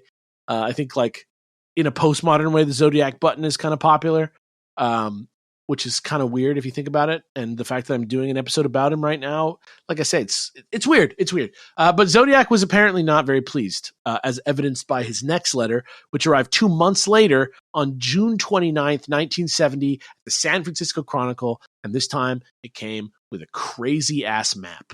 So here's Mathis. He's going to read the letter, and then I'm going to give you the cipher and the map. This is the Zodiac speaking. I have become very upset with the people of San Fran Bay Area. They have not complied with my wishes for them to wear some nice cross button pins. I promised to punish them if they did not comply by annihilating a full school bus. But now school is out for the summer, so I punished them in another way. I shot a man sitting in a parked car with a 38, Zodiac 12, SFPD 0. The map coupled with this code will tell you where the bomb is set. You have until next fall to dig it up. So here's the like weird cipher thing. Little short cipher for you. And then here is the map. And the map is, I think, the last great Zodiac puzzle to be solved. I don't think anybody's got it, but I think it's like the last one that's like kind of something. You see the peak is right on Mount Diablo. Like if you look at the compass, right? On the map, you can see like the peak of Mount Diablo is like right at the center of this compass. And instead of north, south, east, west, it's like 0639. So it's a clock, but it's the symbol. Yeah. Oh yeah. Yeah. And then if you couple that with the what do you call it? The crosshair from the previous one that had the like little lines coming out of it. Yeah, yeah. Right? Like maybe, I don't know, maybe it's something, but I don't think anybody's figured it out. I don't think anybody's actually figured out the map puzzle just yet. Well, there's nothing else other than that. Like and this cipher, which is supposed to be like some sort of key to that map. And gotcha. Like I say, that thing being like, and he actually gives a little clue about it in a minute. So let me, 1 second. So the map is extremely intimidating. It's still unsolved. Zodiac is still claiming victims like falsely, since the murder of the police officer he's most likely alluding to here, who is Richard Raditich, was shot to death in his car by a 38. The warrant for whoever actually did that was already out. There's like no chance that Zodiac did it. So it's just him. Yeah, he's just being a fucking weirdo. Then we get another 2 letters in rapid succession a month later, July 24th and July 26th, 1970. They relate to each other in a surprisingly specific way and also brings Kathleen John's late night terror sequence squarely into the Zodiac legend. So here is Mathis with letter 12. This is the Zodiac speaking. I am rather unhappy because you people will not wear some nice Zodiac symbol buttons. So now I have a little list, starting with the Woe Man and her baby that I gave a rather interesting ride for a couple of hours one evening a few months back that ended in my burning her car where I found them. And this post right here, this letter is where I think depression starts to set in. I think this is the second time he's mentioned the buttons, like not being a thing.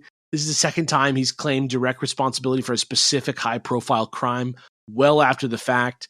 In the next letter, he goes even harder on the buttons, practically begging for them now. And then he ends with pure insanity that you may not recognize immediately unless you're a pretty hardcore musical theater head. He even seems to lose patience with his complicated math code. So here's Jesse with that piece of reading. This is the Zodiac speaking. Being that you will not wear some nice Zodiac symbol buttons, how about wearing some nasty Zodiac buttons? Oh, bro. Oh, man. Yeah. Buddy. Yeah. Cuck me, bro. Or any type of crosshair buttons that you can think up. If you do not wear any type of crosshair buttons, I shall, on top of everything else, torture all 13 of my slaves that I have waiting for me in paradise. Some I shall tie over anthills and watch them scream and twitch and squirm. Others shall have pine splinters driven under their nails and then burned. Others shall be placed in cages and fed salt beef until they are gorged. Then I shall listen to their pleas for water, and I shall laugh at them. Others will hang by their thumbs and burn in the sun. Then I will rub them down with deep heat to warm them up. Others I shall skin them alive and let them run around screaming. And all billiard players I shall have them play in the darkened dungeon cell with crooked cues and twisted shoes. Great game. Darkest Dungeon's a phenomenal game. Really good. I like crooked cues and twisted shoes. That's an album right there.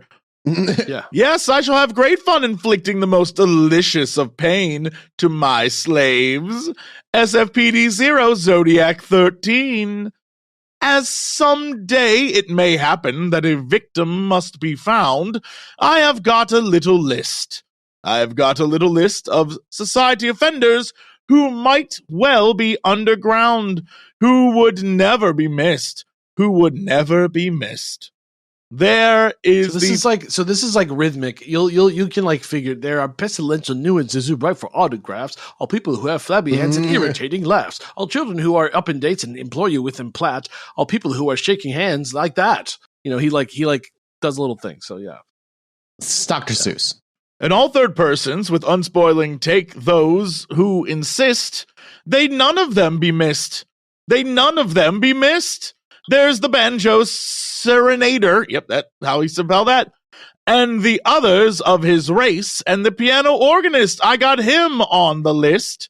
All people who eat peppermint and vomit in your face, I guess. They would never be missed. They would never be missed. And the idiot who, phrases with enthusiastic tone of centuries, but this in every country but his own. And the lady from the provinces who dresses like a guy who doesn't cry, the singular abnormally, the girl who never kissed. I don't think she would be missed. I'm sure she wouldn't be missed. And it's nice. Priest that is rather rife with judicial humorist. I've got him on a list. All funny fellows, comic men, and clowns' private life. They none of them be missed. They none of them be missed. an uncompromising kind such as whack-a-malack. Yo, I hate this dude. Whatchamacallit and thingamabob. Whack-a-malack-it. Likewise, well, never mind, and tut-tut-tut, and what's his name, and you know who. But the task of filling up the blanks I rather leave up to you. But it really doesn't matter whom you place upon the list, for none of them will be missed. None of them will be missed. Zodiac. P.S. The Mount Diablo code concerns radians and # inches along the radians. Hey, hi. The Zodiac killer sucks. Like, he's a fucking loser. This is the biggest. The man started like with, LARP. Look, guys, Yeah. I see you're not wearing buttons, but I'll take any buttons. Like, any. You could call me an asshole in that button. I want it. Like, that's the most pathetic shit I've ever heard, ever. Sorry, I said be nice. You could be mean if you want. And as you may not know, like I said, unless you're a pretty hardcore musical theater head, I've Got a Little List is a song from the classic and devastatingly racist Gilbert and Sullivan musical The Mikado, in which the Japanese, quote-unquote, Lord High Executioner, whose name is Koko, sings this light, fun song about all the different kinds of people he can put to death. On the surface, I think this is Zodiac attempting to maintain his sort of winking, scary, carefree tone, but switching to ask for mean buttons and giving hints to his cipher, to me, speak as someone looking for a very specific result who's trying to be cool about not getting it. It also seems more like a personal interest coming through. This Gilbert and Sullivan thing feels like a very like niche thing that like this guy listened to this. You know what I mean? Like, this is like a serious amount of work that he put into this. So remember, Gilbert and Sullivan. It's not something you'd expect a spooky killer character to be into, but I'm already speculating way too much. However, this is where the pattern breaks, because in order to test the theory, these letters are held back and are not published or reported on in any form from July until October 12th, 1970, 2.5 months later. After receiving a 14th letter 1 week earlier on October 6th at the San Francisco Chronicle. So here's Mathis with that letter, but I'm just going to kind of give him the link and let him describe it to you and read it to you however he wants, because once he sees it, he'll understand. You'll see what I mean. Great. Yeah, it just looks like someone like a freaking index card, basically. Or better yet, like yes, one of those absolutely like tropey ransom letters. Yeah. This is on Monday, October 5th, 1970. Dear editor, you'll hate me, but I've got to tell you, this pace isn't any slower. In fact, it's just one big 13th. 13, this is the number 13. Some of them thought it was horrible. That was like in quotes. Then there's like a red cross. Like a Jesus Zodiac cross. Below that. Yeah, like a Jesus cross. Then it says Zodiac below that.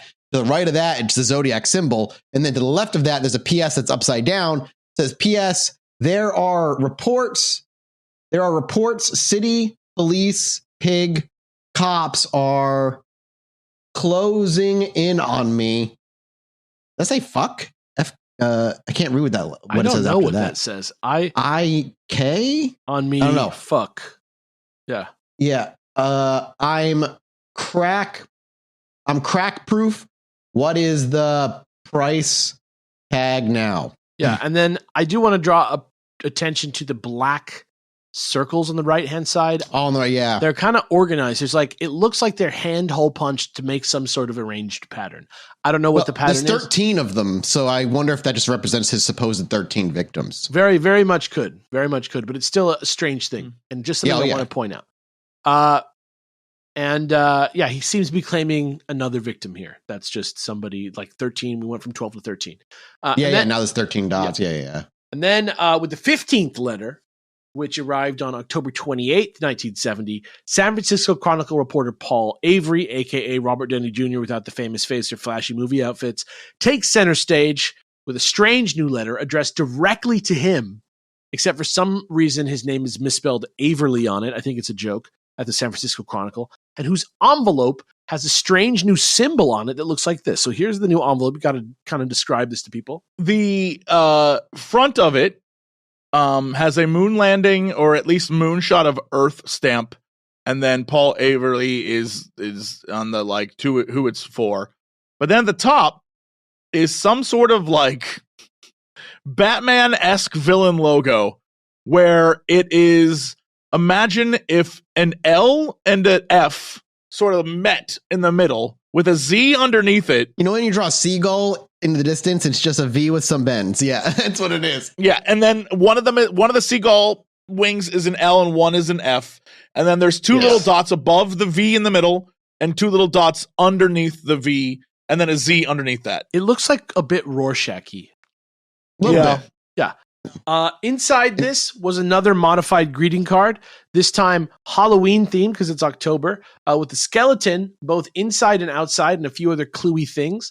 So this time I'm going to send Jesse the letter and have him describe it to you and read all the little bits for you. So here you go. You're going to read this card. So this one says, from your secret pal, I feel it in my bones. You ache to know my name, and so I'll clue you in. But then why spoil the game? Happy Halloween. Boo. Yeah. And I don't know if he had that card especially made, but it's very apt. He kind of like edited it. I think he added the eyes to it. There's like a bunch of eyeballs on the side that it looks like he added. And then I think that the pumpkin on the front of the skeleton is not originally there. I'm not sure. And then there's like a 14 on the skeleton's hand on the front of the card. That's definitely added. Right. And then there's like another 14 that says like 14, as in like 14s maybe. But it's like 14 also. There's a spider web that I think's added.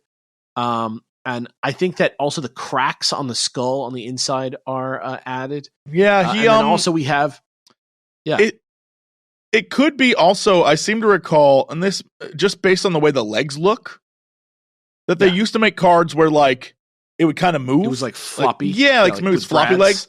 I don't know. But anyway, his new Zodiac logo's in there, plus a Z, plus the Zodiac like infamous symbol. And then there's a bunch of eyes everywhere. Like Alex was saying, he drew a bunch of eyeballs. And there's something written on what appears to be like a tree, like a hole in a tree, like a knot or something.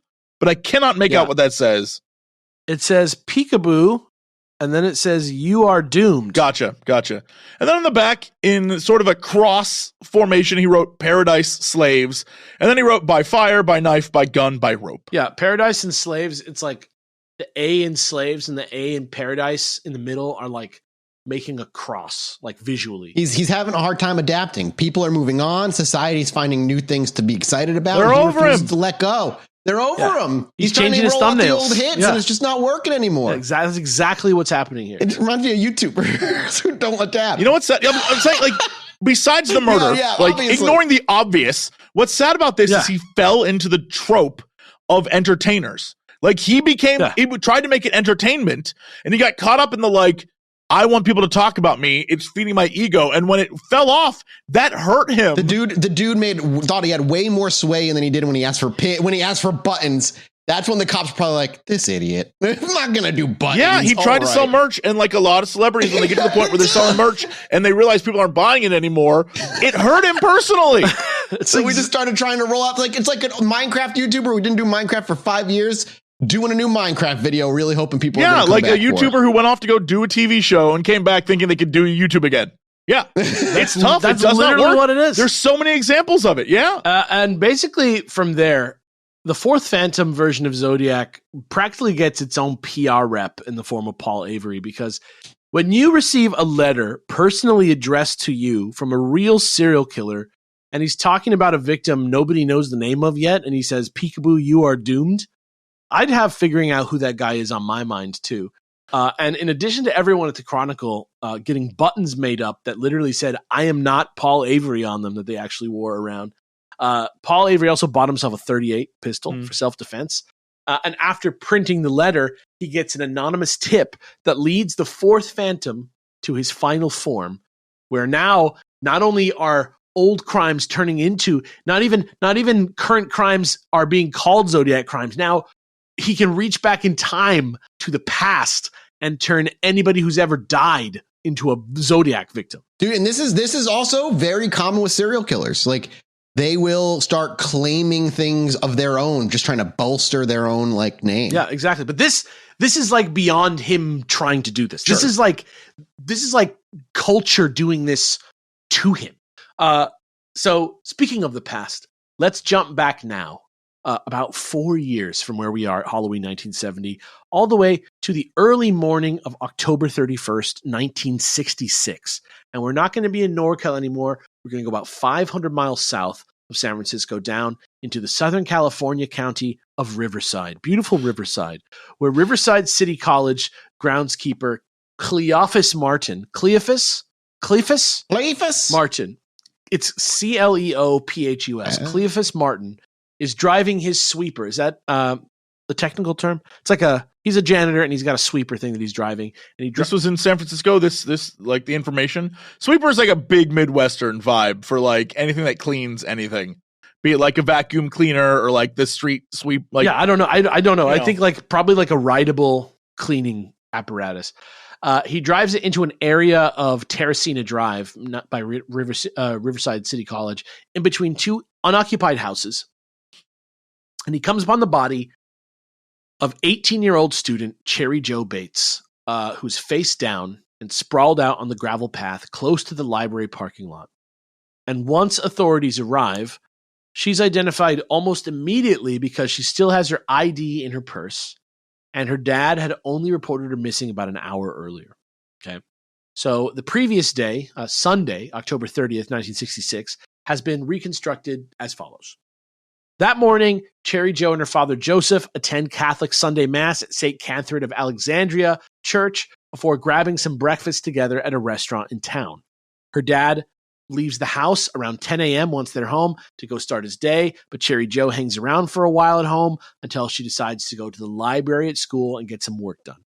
She calls her friend Stephanie twice at 3 and at 3:45 p.m. to see if she wants to come.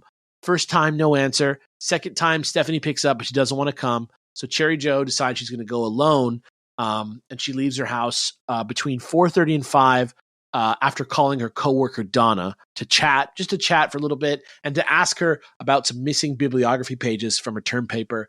And Donna remembers something like Cherry Jo saying, "Now I'll have to start over on all my note cards," something like that. So when her dad gets home from whatever else he's doing that day, which is also around 5 p.m., so he must have just missed her, there's a note for him on the fridge that says, quote, "Dad, went to RCC library." He doesn't think anything about it. He heads out again for the night. He leaves a note for her back. And a little after 6 p.m., one witness says they see her in her VW Beetle headed in the direction of school. The witness says that she was being followed closely behind by a bronze Oldsmobile that looked like it was fairly recent from 65 or 66. So a bronze Oldsmobile is following right behind her. After arriving at the library, we know she checks out books because they're in her car when they find her the next day. And lots of people who were there that night place her in the library until it closes around 9 p.m. While she's inside the library studying, however, someone else sneaks up to her car, clips a wire on the distributor, pulls out the distributor coil and the condenser, which renders her car unable to start. And according to one witness, there had been a man about 20 standing around 5'11", who had been creepily stalking, kind of like keeping eyes on her car from across the street in the shadows. Somebody saw that. And as she was walking past this guy, she even like said hello to him and he was friendly. So unfortunately, after the library closes, Cherry Jo finds her car. It's sabotaged. She has no idea why it won't start. And it's only natural that when a kind-seeming passerby comes by and offers her help, he's like, I'll give you a ride. And he leads her away from the library and from all the people. And this is like, after the library's closed, post 9 p.m., sometime between 10:15 and 10:45 p.m., one neighbor hears a scream and then silence and then an old car engine starting. And a second witness who puts themselves in the same area around 10:30, which is right in the middle of that, hears two screams. So Cherry Jo's dad gets home at midnight, but is a little worried because the note that he left has not been touched and Cherry Jo is not home. But he's like, oh, she's probably at Stephanie's house. So he's like, I'll wake up in the morning and see what the vibe is. And when he wakes up in the morning, he calls Stephanie like early, like in the 5 o'clock hour. And when Stephanie answers, she explains she didn't have any plans with Cherry Jo to sleep over. She's not there. So he calls the police and he's worried now. And it's 5:43 a.m. And he calls the police, reports her missing. She is found dead less than an hour later at the school. She's bloody when her body is found. It's less than an hour later, like I said. And according to the autopsy report, her cause of death was repeated kicks to the head and repeated sharp force trauma with a short knife, which was confirmed by the knife that was sticking out of her shoulder. The knife had also severed her jugular vein and her larynx and left her head much less attached to her body than it's supposed to be. And she has skin and brown hair fragments under her fingernails as evidence of scratches that she probably left on her attacker after a considerable struggle.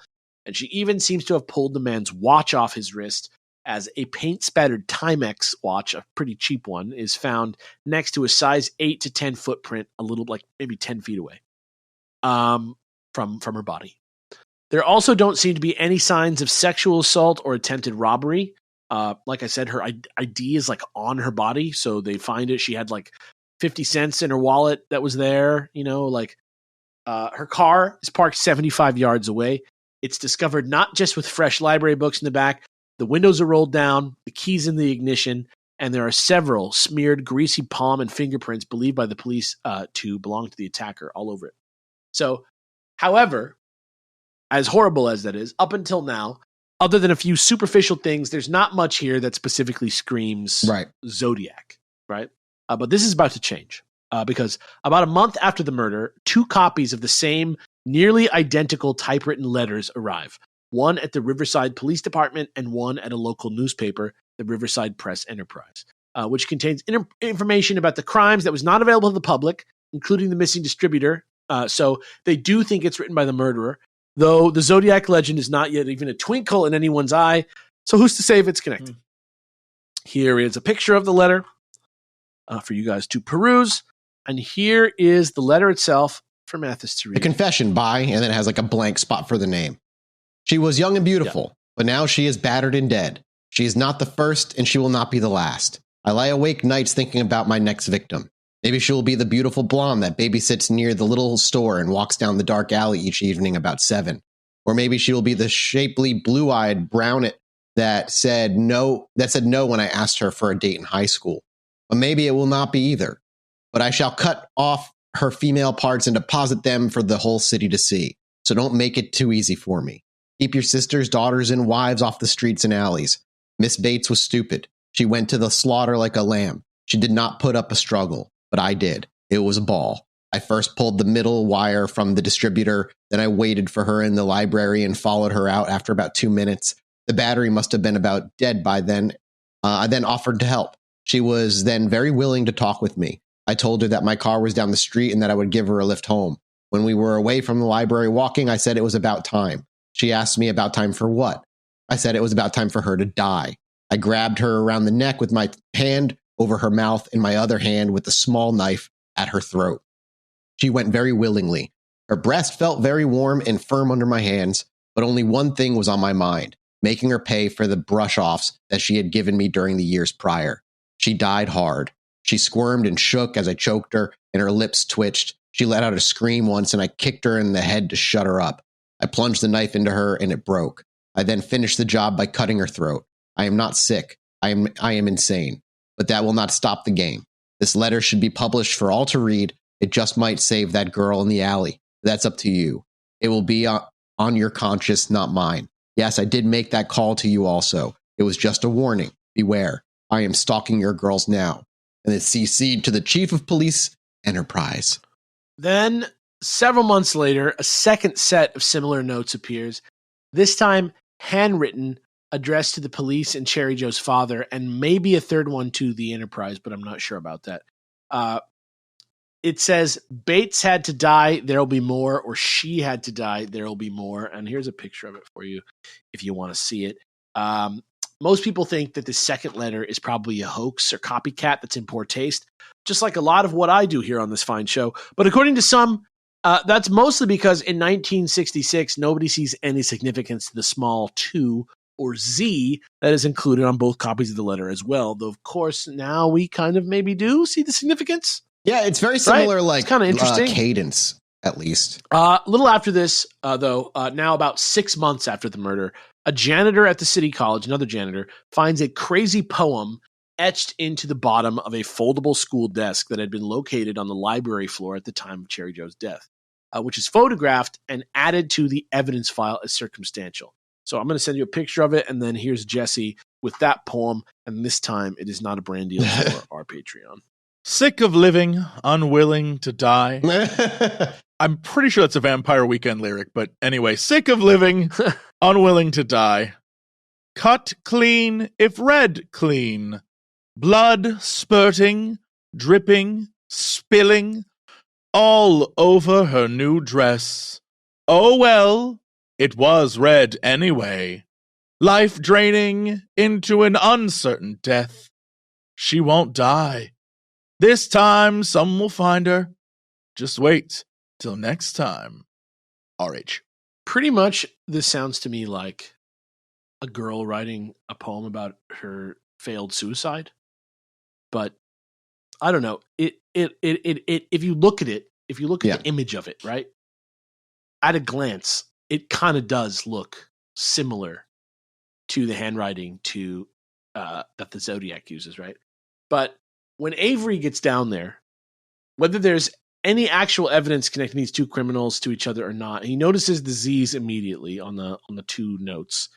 He sees some similarities between the Zodiac letters and the handwriting, which is, by the way, carved into the desk with a knife or something. And even though you can't analyze amateur wood carvings because those aren't in any way created the same way as pen writing, Avery takes the sample to our boy Sherwood Morrill and gets a match on it as the Zodiac, which is crazy, first of all, before sharing anything with the police, which probably ticks lots of people off, especially Dave Toschi and Bill Armstrong from the SFPD, who back in 1971 now, on March 22nd, with Avery down in Riverside, are dealing with another set of two Zodiac letters within a week after a long drought.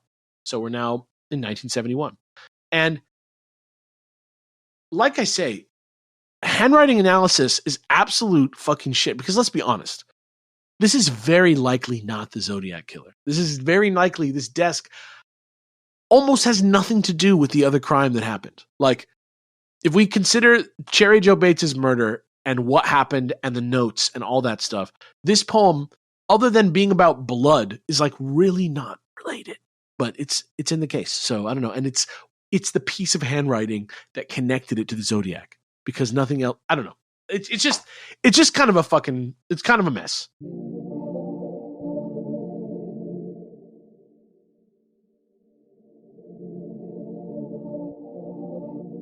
This time, the first letter arrives at the Los Angeles Times, of all places, which is crazy. Far, far, far south of Zodiac's normal stomping ground, and postmarked outside of San Fran in Pleasanton on March 15th. But according to him, there's good reason for that. Here is the envelope for that one for you to look at. Here is the letter for this one for you to look at. And then Mathis will read the letter for us now. Let me just grab it for you here. Sorry, 1 second. Just got to drop that one in there. There you go. This is the Zodiac speaking. Like I have always said, I am crack proof. This cipher does not contain my name, but it does contain my game. Be sure to get this part exactly right. IUO,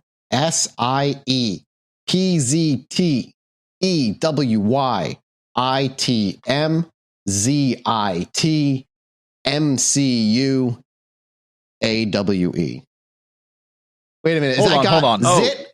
Whoops. Dragon Quest 11? Marvel Cinematic Universe and AWE Wrestling? I don't know. I'm so sorry. I must have got my notes Crazy. mixed around. That is what it is. It was my notes that got mixed around. That's what occurred there. Sorry. Here's the real letter they got at the LA Times. This is the Zodiac speaking. Like I've always said, I am crack proof. If the blue meanies are ever going to catch me, they had best get off their fat asses and do something. Because the longer they fiddle and fart around, the more slaves I will collect for my afterlife. I do have to give them credit for stumbling across my Riverside activity. They are only finding the easy ones. There are a hell of a lot more down there. The reason I'm writing to the Times is this. They don't bury me on the back pages like some of the others. SFPD 0, Zodiac 17 plus. God, we're at the like He's just doubling and doubling and doubling the down. pity part. Yeah, like you guys don't put me on the back page, so I like you guys. You guys are real fans. You're my real fans. I'll write a letter. Yeah, I'll write a letter to Los Angeles, who always supported me. At this point, like we said, he's in full desperation mode is what I'm vibing on. He's frustrated people aren't paying attention to him anymore now that he seems to be just lying about killing anybody after Paul Stein, which is getting close to 2 years ago now when he killed Paul Stein. It just feels like whining and complaining at this point mostly instead of badass cool villain talk. Now it seems clearer to me than ever before what we were talking about earlier is true, that it was publicity and not murdering that this guy was really after, and that he only really sees murder as a means to an end. Right? He tries again from another angle on March 22nd. He sends his 17th Zodiac letter straight to his new PR guy, Paul Avery, at the San Francisco Chronicle. But to me, even if there really is something that he's actually hinting at here, possibly the location of his 12th victim's remains, who was implied to be known missing person, Donna Lass, whose skull was only just discovered in the area last December, it doesn't seem very thought out or deep, and more just an attempt to pad out and create buzz around his brand without adding any new information. So I'm going to send this to Jesse here. He can describe it to you. Okay, so on the sender, the side of card for address, he has the Times, San Francisco Examiner, and the Chronicle listed as the address, and it says attention Paul Averly equal Chronicle. And then same misspelling of Averly, by the way. And then he has Zodiac with his symbol up the top for the return address. And it is a Sierra Club postcard that says peek through the pines, past Lake Tahoe areas, sought victim 12, and around in the snow. And then there's an image of what appears to be kind of like the forest. Yeah. Kind of just like a weird sort of puzzle letter thing. But that's what I'm saying. You don't get the exciting, intriguing, there's something going on here vibe to this. It's just kind of more. Yeah. More. Okay. Yeah. And then, amazingly, without getting the level of attention he's obviously craving, there's no official communication from the Zodiac for almost 3 entire years. He just takes 3 years off. Until January 30th, 1974, when he writes into the San Francisco Chronicle again to talk about the movie The Exorcist for some reason. Here is a picture of the letter. Excuse me. Here's a picture of the letter, and here is Mathis to read the letter for you. I saw and think The Exorcist was the best satirical comedy that I've ever seen. Signed, yours truly. He plunged himself into the billowy wave, and an echo arose from the suicide's grave. Titwillow, P.S. If I do not see this note in your paper, I will do something nasty, which you know I'm capable of doing. If I don't see this Titwillow, you best believe. And then it's got, at the bottom of it, it's got a weird, I wouldn't call that a symbol. I don't know. That looks like a bunch of, half-finished letters. It looks like characters or something. It looks like something. Yeah. And then the letter briefly continues after that with a crazy new update to the scorecard for Mathis to read here. There you go. Yeah. Oh, yeah. Me, 37. SFPD 0. A man tripled his score real fast. 37. Oh, true. Well, true. It was 3 years with no communication, right? So the implication is that he just went ham in private for 3 years. Yeah. But shut the fuck up, Zodiac. He's gotten really, really, really lame. The fuck up. Yeah, he's so high maintenance. He's needy as shit. Yeah, this sucks. I don't know what the symbols are supposed to be, but it looks like it's meant to be his signature symbol. And in a way, are you saying that because you truly don't know, or do you actually not know? Because I know. I've seen this before. You know this? I know what this might be. I don't know what it is. So if you arrange it properly, it ends up spelling out Lee. For Arthur Lee, what was his last name? Arthur Lee Allen? Yeah, so if you move things around, it comes out to be Lee. I see. Which there's actually a GIF I saw. Hang on, I can find this. If you move if you move things around and it comes out to be Lee, is a perfect summary of Robert Graysmith's entire book. If you just move some shit around. Oh, here we go. Copy image address. There we go. Okay, let's see. Yeah. I'm just saying, I've seen it before. I know. Yeah. I knew it looked familiar. I get it. I see it. That is just numerology level. It is kind of if you move this here and do this and change this. There's a middle part that doesn't even, that's they just start making another shape first. I don't even know what that part is. But apparently, according to the Zodiac Killer, 25 more people die in less than 3 years, which would be insane, which, along with these new unfamiliar symbols, feels more like a crazy swing before like the inevitable like fizzle out. Like when someone takes a break from uploading YouTube videos for a while, come back with like a half-ass version, they quit after 5 episodes. Yeah, exactly. Like, well, they didn't see the numbers they were expecting. Got to go. Yeah. Maybe we are in the wind down because the next letter isn't sent till May 8th and nobody even sees it till June 4th. And it's mostly just about the movie Badlands, or at least the advertisements about the movie Badlands. Here is the letter. It isn't even signed with a crosshair, though most agree. It is likely legit for some fucking reason. And then here's Jesse with the letter for you guys. Yeah, the handwriting's very similar. Sirs, I would like to expression my consternati on concerning your poor taste and lack of sympathy for the public, as evidenced by your running of the ads for the movie Badlands, featuring the blurb, in 1959, most people were killing time. Kit and Holly were killing people. In light of recent events, this kind of murder glorification can only be deplorable at best. Not that glorification of violence was ever justifiable. Why don't you show some concern for public sensibilities and cut the ad? A citizen. Oh my God. Yeah. It's the blame the video games of the 50s. Yeah. Well, except It was him. I think the Zodiac is kind of, this is actually, to me, feels like a little inspired for the Zodiac. Like he's doing a winking joke, like considering he's like, can we be like a little bit less violent? Like, what do you guys think? Like, Yeah. can we like cut it out with the violence in this culture? Right. Love Zodiac. Right. But I think that's like where he's coming from on it. But a month later, we get one more letter on July 8th. Which, despite its strange, flamboyant-looking handwriting, is also largely considered legitimate, at least according to Graysmith, who, whatever. Some people think Zodiac was being cute here or trying to be some kind of other good guy character for once. But I think it's a letter directly from my desperate fourth Phantom himself, trying out a face-turn angle for everybody. And by the way, the Count Marco column is an anti-feminist column in the Chronicle that was written by Marco Spinelli. So here is the picture of this, and you can see how very different the lettering is. And then here's Mathis reading it for you. That doesn't look anything like his writing at all. Oh, okay. Let me go ahead and read this. Editor, put Marco back in the hellhole from whence it came. He was a serious psychological disorder. Or he has a serious psychological disorder, always needs to feel superior. I suggest you refer him to a shrink.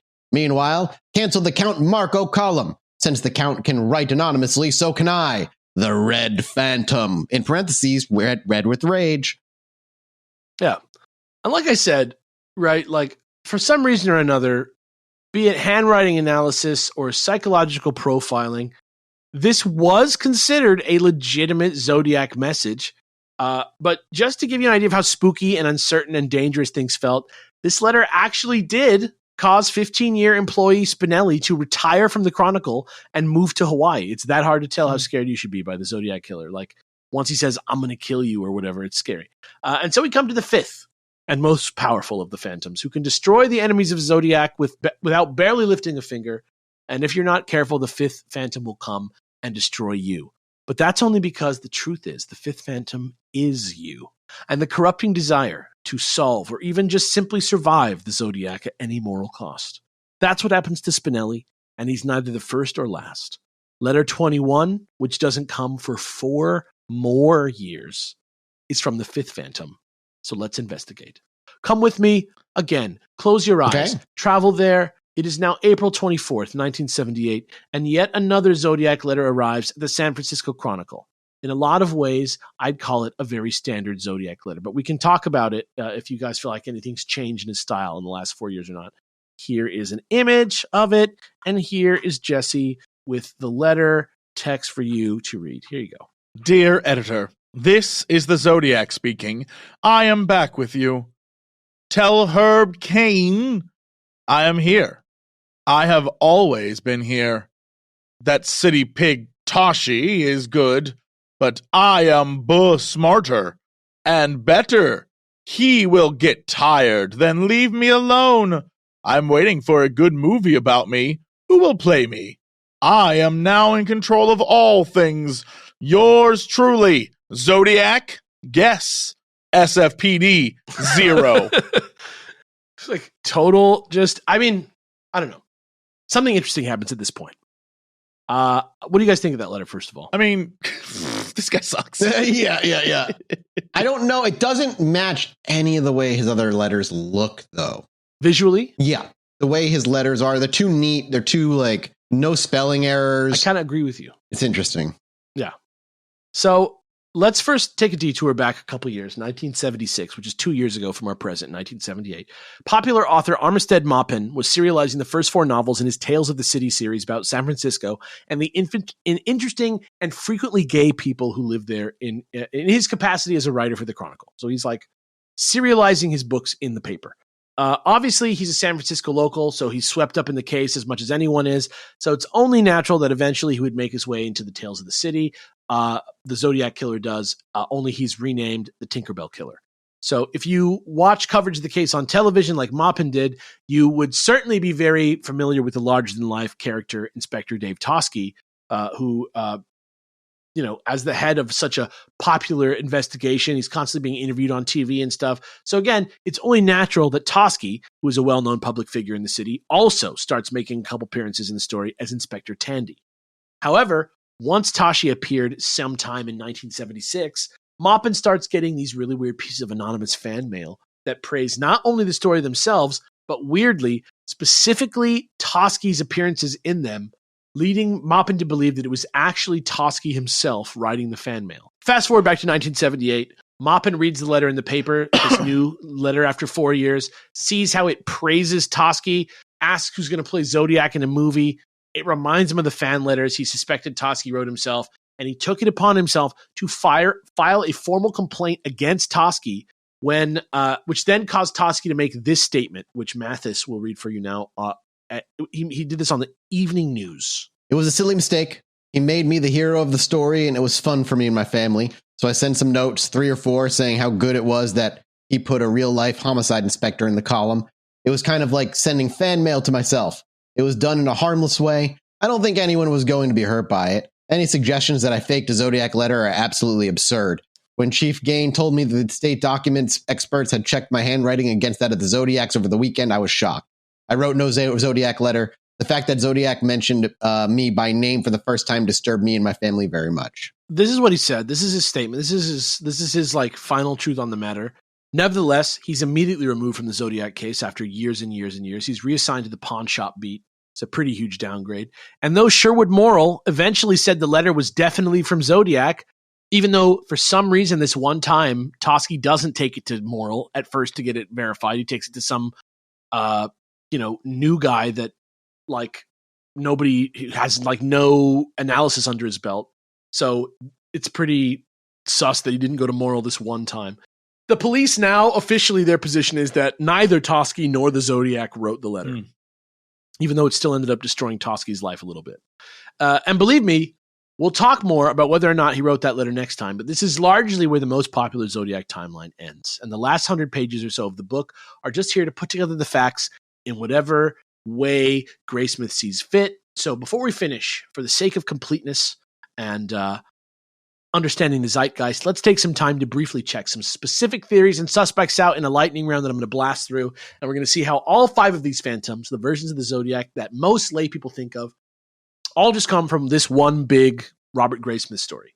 The first, and to me silliest theory, is that part of Zodiac's MO is that the crimes happen near water. Considering the first couple is at a pumping station, the second is at Blue Rock Springs, and the third is at a Lake Berryessa, that makes sense. But then what? Is Paul Stein near water because he's in San Francisco? Doesn't that just make the whole Bay Area near water? I don't like that one. I don't like that theory.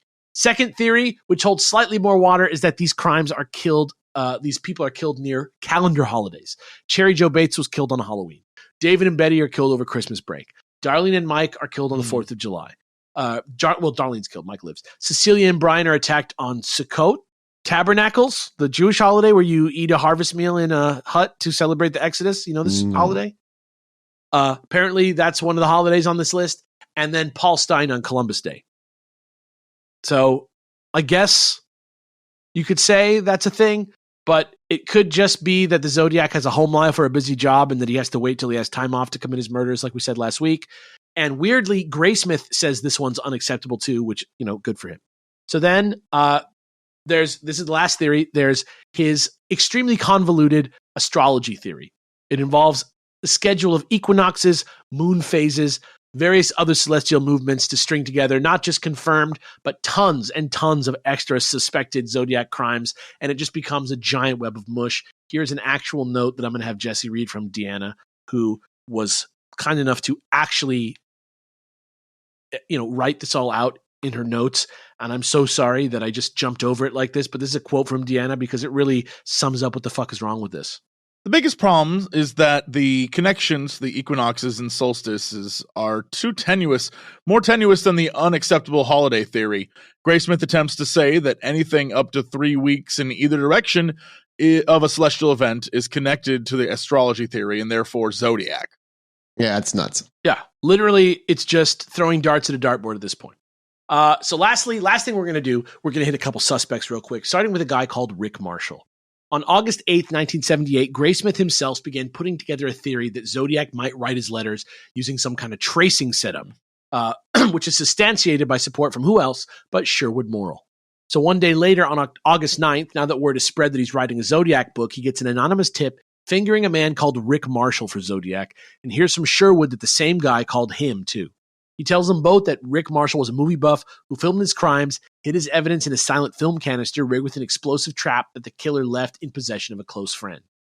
That close friend is named like Melvin Burrell or something like that. So Rick Marshall's also ambidextrous, loved using fake names, and was the only suspect ever to have the type of darkroom that Graysmith imagined for his tracing theory and the type of copy machine thing that he needed to do it too.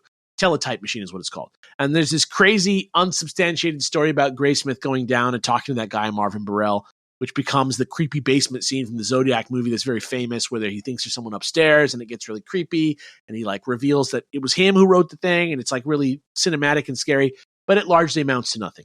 And he doesn't really draw any specific conclusions. And in the end, Rick Marshall doesn't even match the popular physical description of Zodiac anyway. So what's the point? Next, we're going to talk about William Joseph Grant. A.k.a. the guy who kept switching places on the other side of the freeway with that cop, Lafferty. Because this is not the only place he interacts with the Zodiac case. For example, he's also the first guy Darlene Farron's sister Linda identifies as the guy stalking Darlene. He also has his home flooded around the same time Zodiac has his home flooded, according to whatever letter that was. Or I think it's letter 17. It's the same letter for all of them. His house is behind a row of trees, just like in that Look Between the Pines. He's also connected to the Sierra Club from that letter. Also, he learned some basic cipher stuff in the military. He spent some time at Terry's Waffle Shop where Darlene worked. He owned a car very similar to the Impala that was described by witnesses on the 4th of July. He's ambidextrous, and there wasn't a single attack that took place while he was supposed to be at work. So that sounds pretty good, but also no handwriting match, which whatever, but also no fingerprint match. He's too old to match the Paul Sign suspect description, and there's lots of conflicting accounts of whether he was ever at Darlene's painting party. I don't actually think he sounds like that bad of a suspect still, at least for some of this stuff, but I'm not sure where he stands with investigators today who are serious about this. So that's that. And finally, before we go, let's take a second to cover the suspect everybody's been waiting for, who Mathis was scrying. He was scrying forth in the ink blots. So Arthur Lee Allen is this guy. He's a.k.a. John Carroll Lynch, the actor. He used to play Mimi's husband on The Drew Carey Show. He's an amazing actor in the movie who plays this guy. He's Graysmith and Tashi's favorite subject. He's called Robert Allen Starr in the book, but he's actually Arthur Lee Allen. This is the 1986 official published book, Fingered Suspect, as they'd have you understand it. And according to them, it's for very good reason. Basically, in 1971, the family of Arthur Lee Allen called the police because they are seriously worried that he may be the Zodiac killer. He was also in Riverside at the time of Cherry Joe Bates' murder. He owned a Zodiac Seawolf watch, which has a logo featuring a crosshair over the center of a circle. It's pretty crazy that this watch brand exists and nobody talks about it all the time because it's pretty fucking obvious. You can just look right at the watches and the brand and you're like, oh my God, it's Zodiac. According to his sister, Arthur also kept a paper covered in strange symbols in a metal box he never let anyone see. And on the day of the Lake Berryessa attack, she saw him with a bloody knife in his car after he had allegedly been out scuba diving at Salt Point, which is less than 100 miles away. very close for him to drive if you want to murder somebody and have an alibi. Also, according to close friends and frequent hunting buddy Donald Cheney, he had been known to show a passing interest in hunting people, and that he'd swing by lovers' lanes and use a handgun with a flashlight attachment to walk up and shoot unsuspecting people, and how hard it would be to investigate without a sensical motive, and that if he did, he would call himself the Zodiac, and that he owns lots of guns, and he would say he wanted to shoot the tires out on a bus and shoot the, quote, little darlings as they came bouncing off the bus, just like Zodiac did in his letters. Okay? That is apparently why they finger him as the suspect. On the 4th of June, 1971, Toschi obtains a warrant to search Allen's trailer while he's out, finds a bunch of weird caged animals, dissected animals, animal organs. It's like Dahmer-esque levels of like fucked up animal shit. When he comes home, they also take writing samples and prints, and when he takes an inkblot test, 5 of his answers started with Z. He's also a repeat offender pedophile and child molester, which Toschi and Armstrong see as a connection to his apparent malevolence towards kids, as seen in the letters. He's eventually arrested for it and convicted in 1974 before being released a few years later. However, though this looks like an open and shut case at first, a lot of the major creepy details are scuttled by footnotes in the book. For example, regarding the dissected animals and stuff, it loses a lot of the creepiness when you read the quote, "I later learned that Allen was working toward a degree in biology and had received permission from the state government to collect and experiment on small animals." So he's a biology student. He's studying this. He's young enough to be a student. That's what he's doing. That's what that is. And regarding the like insane story his hunting buddy told, where he basically gives him a trailer for the whole case, consider this footnote in the book. "I later learned that there was some antagonism between Allen and one of the hunters that could cause the report to be suspect." So basically what he's saying is this guy just said this shit to like fuck over Arthur Lee Allen. And when you couple this with the fact that the fingerprints and handwriting don't match, and that nobody really likes his voice for Zodiac, even with what we know in 1986, he doesn't look that strong anymore. And he seems like he's excited about being Zodiac and that he wants to be Zodiac, but I don't know if he actually is. There's things about Arthur Lee Allen that almost completely rule him out, as much as there are so many things that almost make him the absolute last word in Suspects. Yeah, they like found literally like bomb diagrams, a fucking thing with the letter Z on it. They found, this is in the police like thing. Right. They found all the shit in the bait, like all the shit that we would be using, a weapons drawer of all weapons that are right. Like, you know, like it's like that kind of crazy shit. And I actually disagree. I think his handwriting looks extremely similar to Zodiac's. I'm just saying it wasn't it wasn't a match. Let's put it that way. Like, according to that's like, look at that's like him just on like a that's just something him like filling out an application. To me, that looks like it's pretty close. It's pretty close. It doesn't look not like it, but I'm just saying, according to the experts, it was ruled out, and the fingerprints are ruled out. But we'll talk more about that later. Next time. And speaking of next time, that's when I will see you next. I hope you guys enjoyed the conclusion of Zodiac, The Great American Rabbit Hole, Part 1, The 5 Phantoms. Next week, we got Part 2, Ghostbusters, where now that we have an established timeline, we break it all down again. Thank you for listening. Thank you for subscribing at patreon.com/ChilluminatiPod. Go discuss what topics you think I might cover next, among many other more sinister things, over at r/ChilluminatiPod on Reddit. Get Zodiac by Robert Graysmith and Motor Spirit, and How to Find Zodiac by Jarrett Kobeck. And Dean and Deanna are both fucking straight up killing the game. See you guys next time. Goodbye.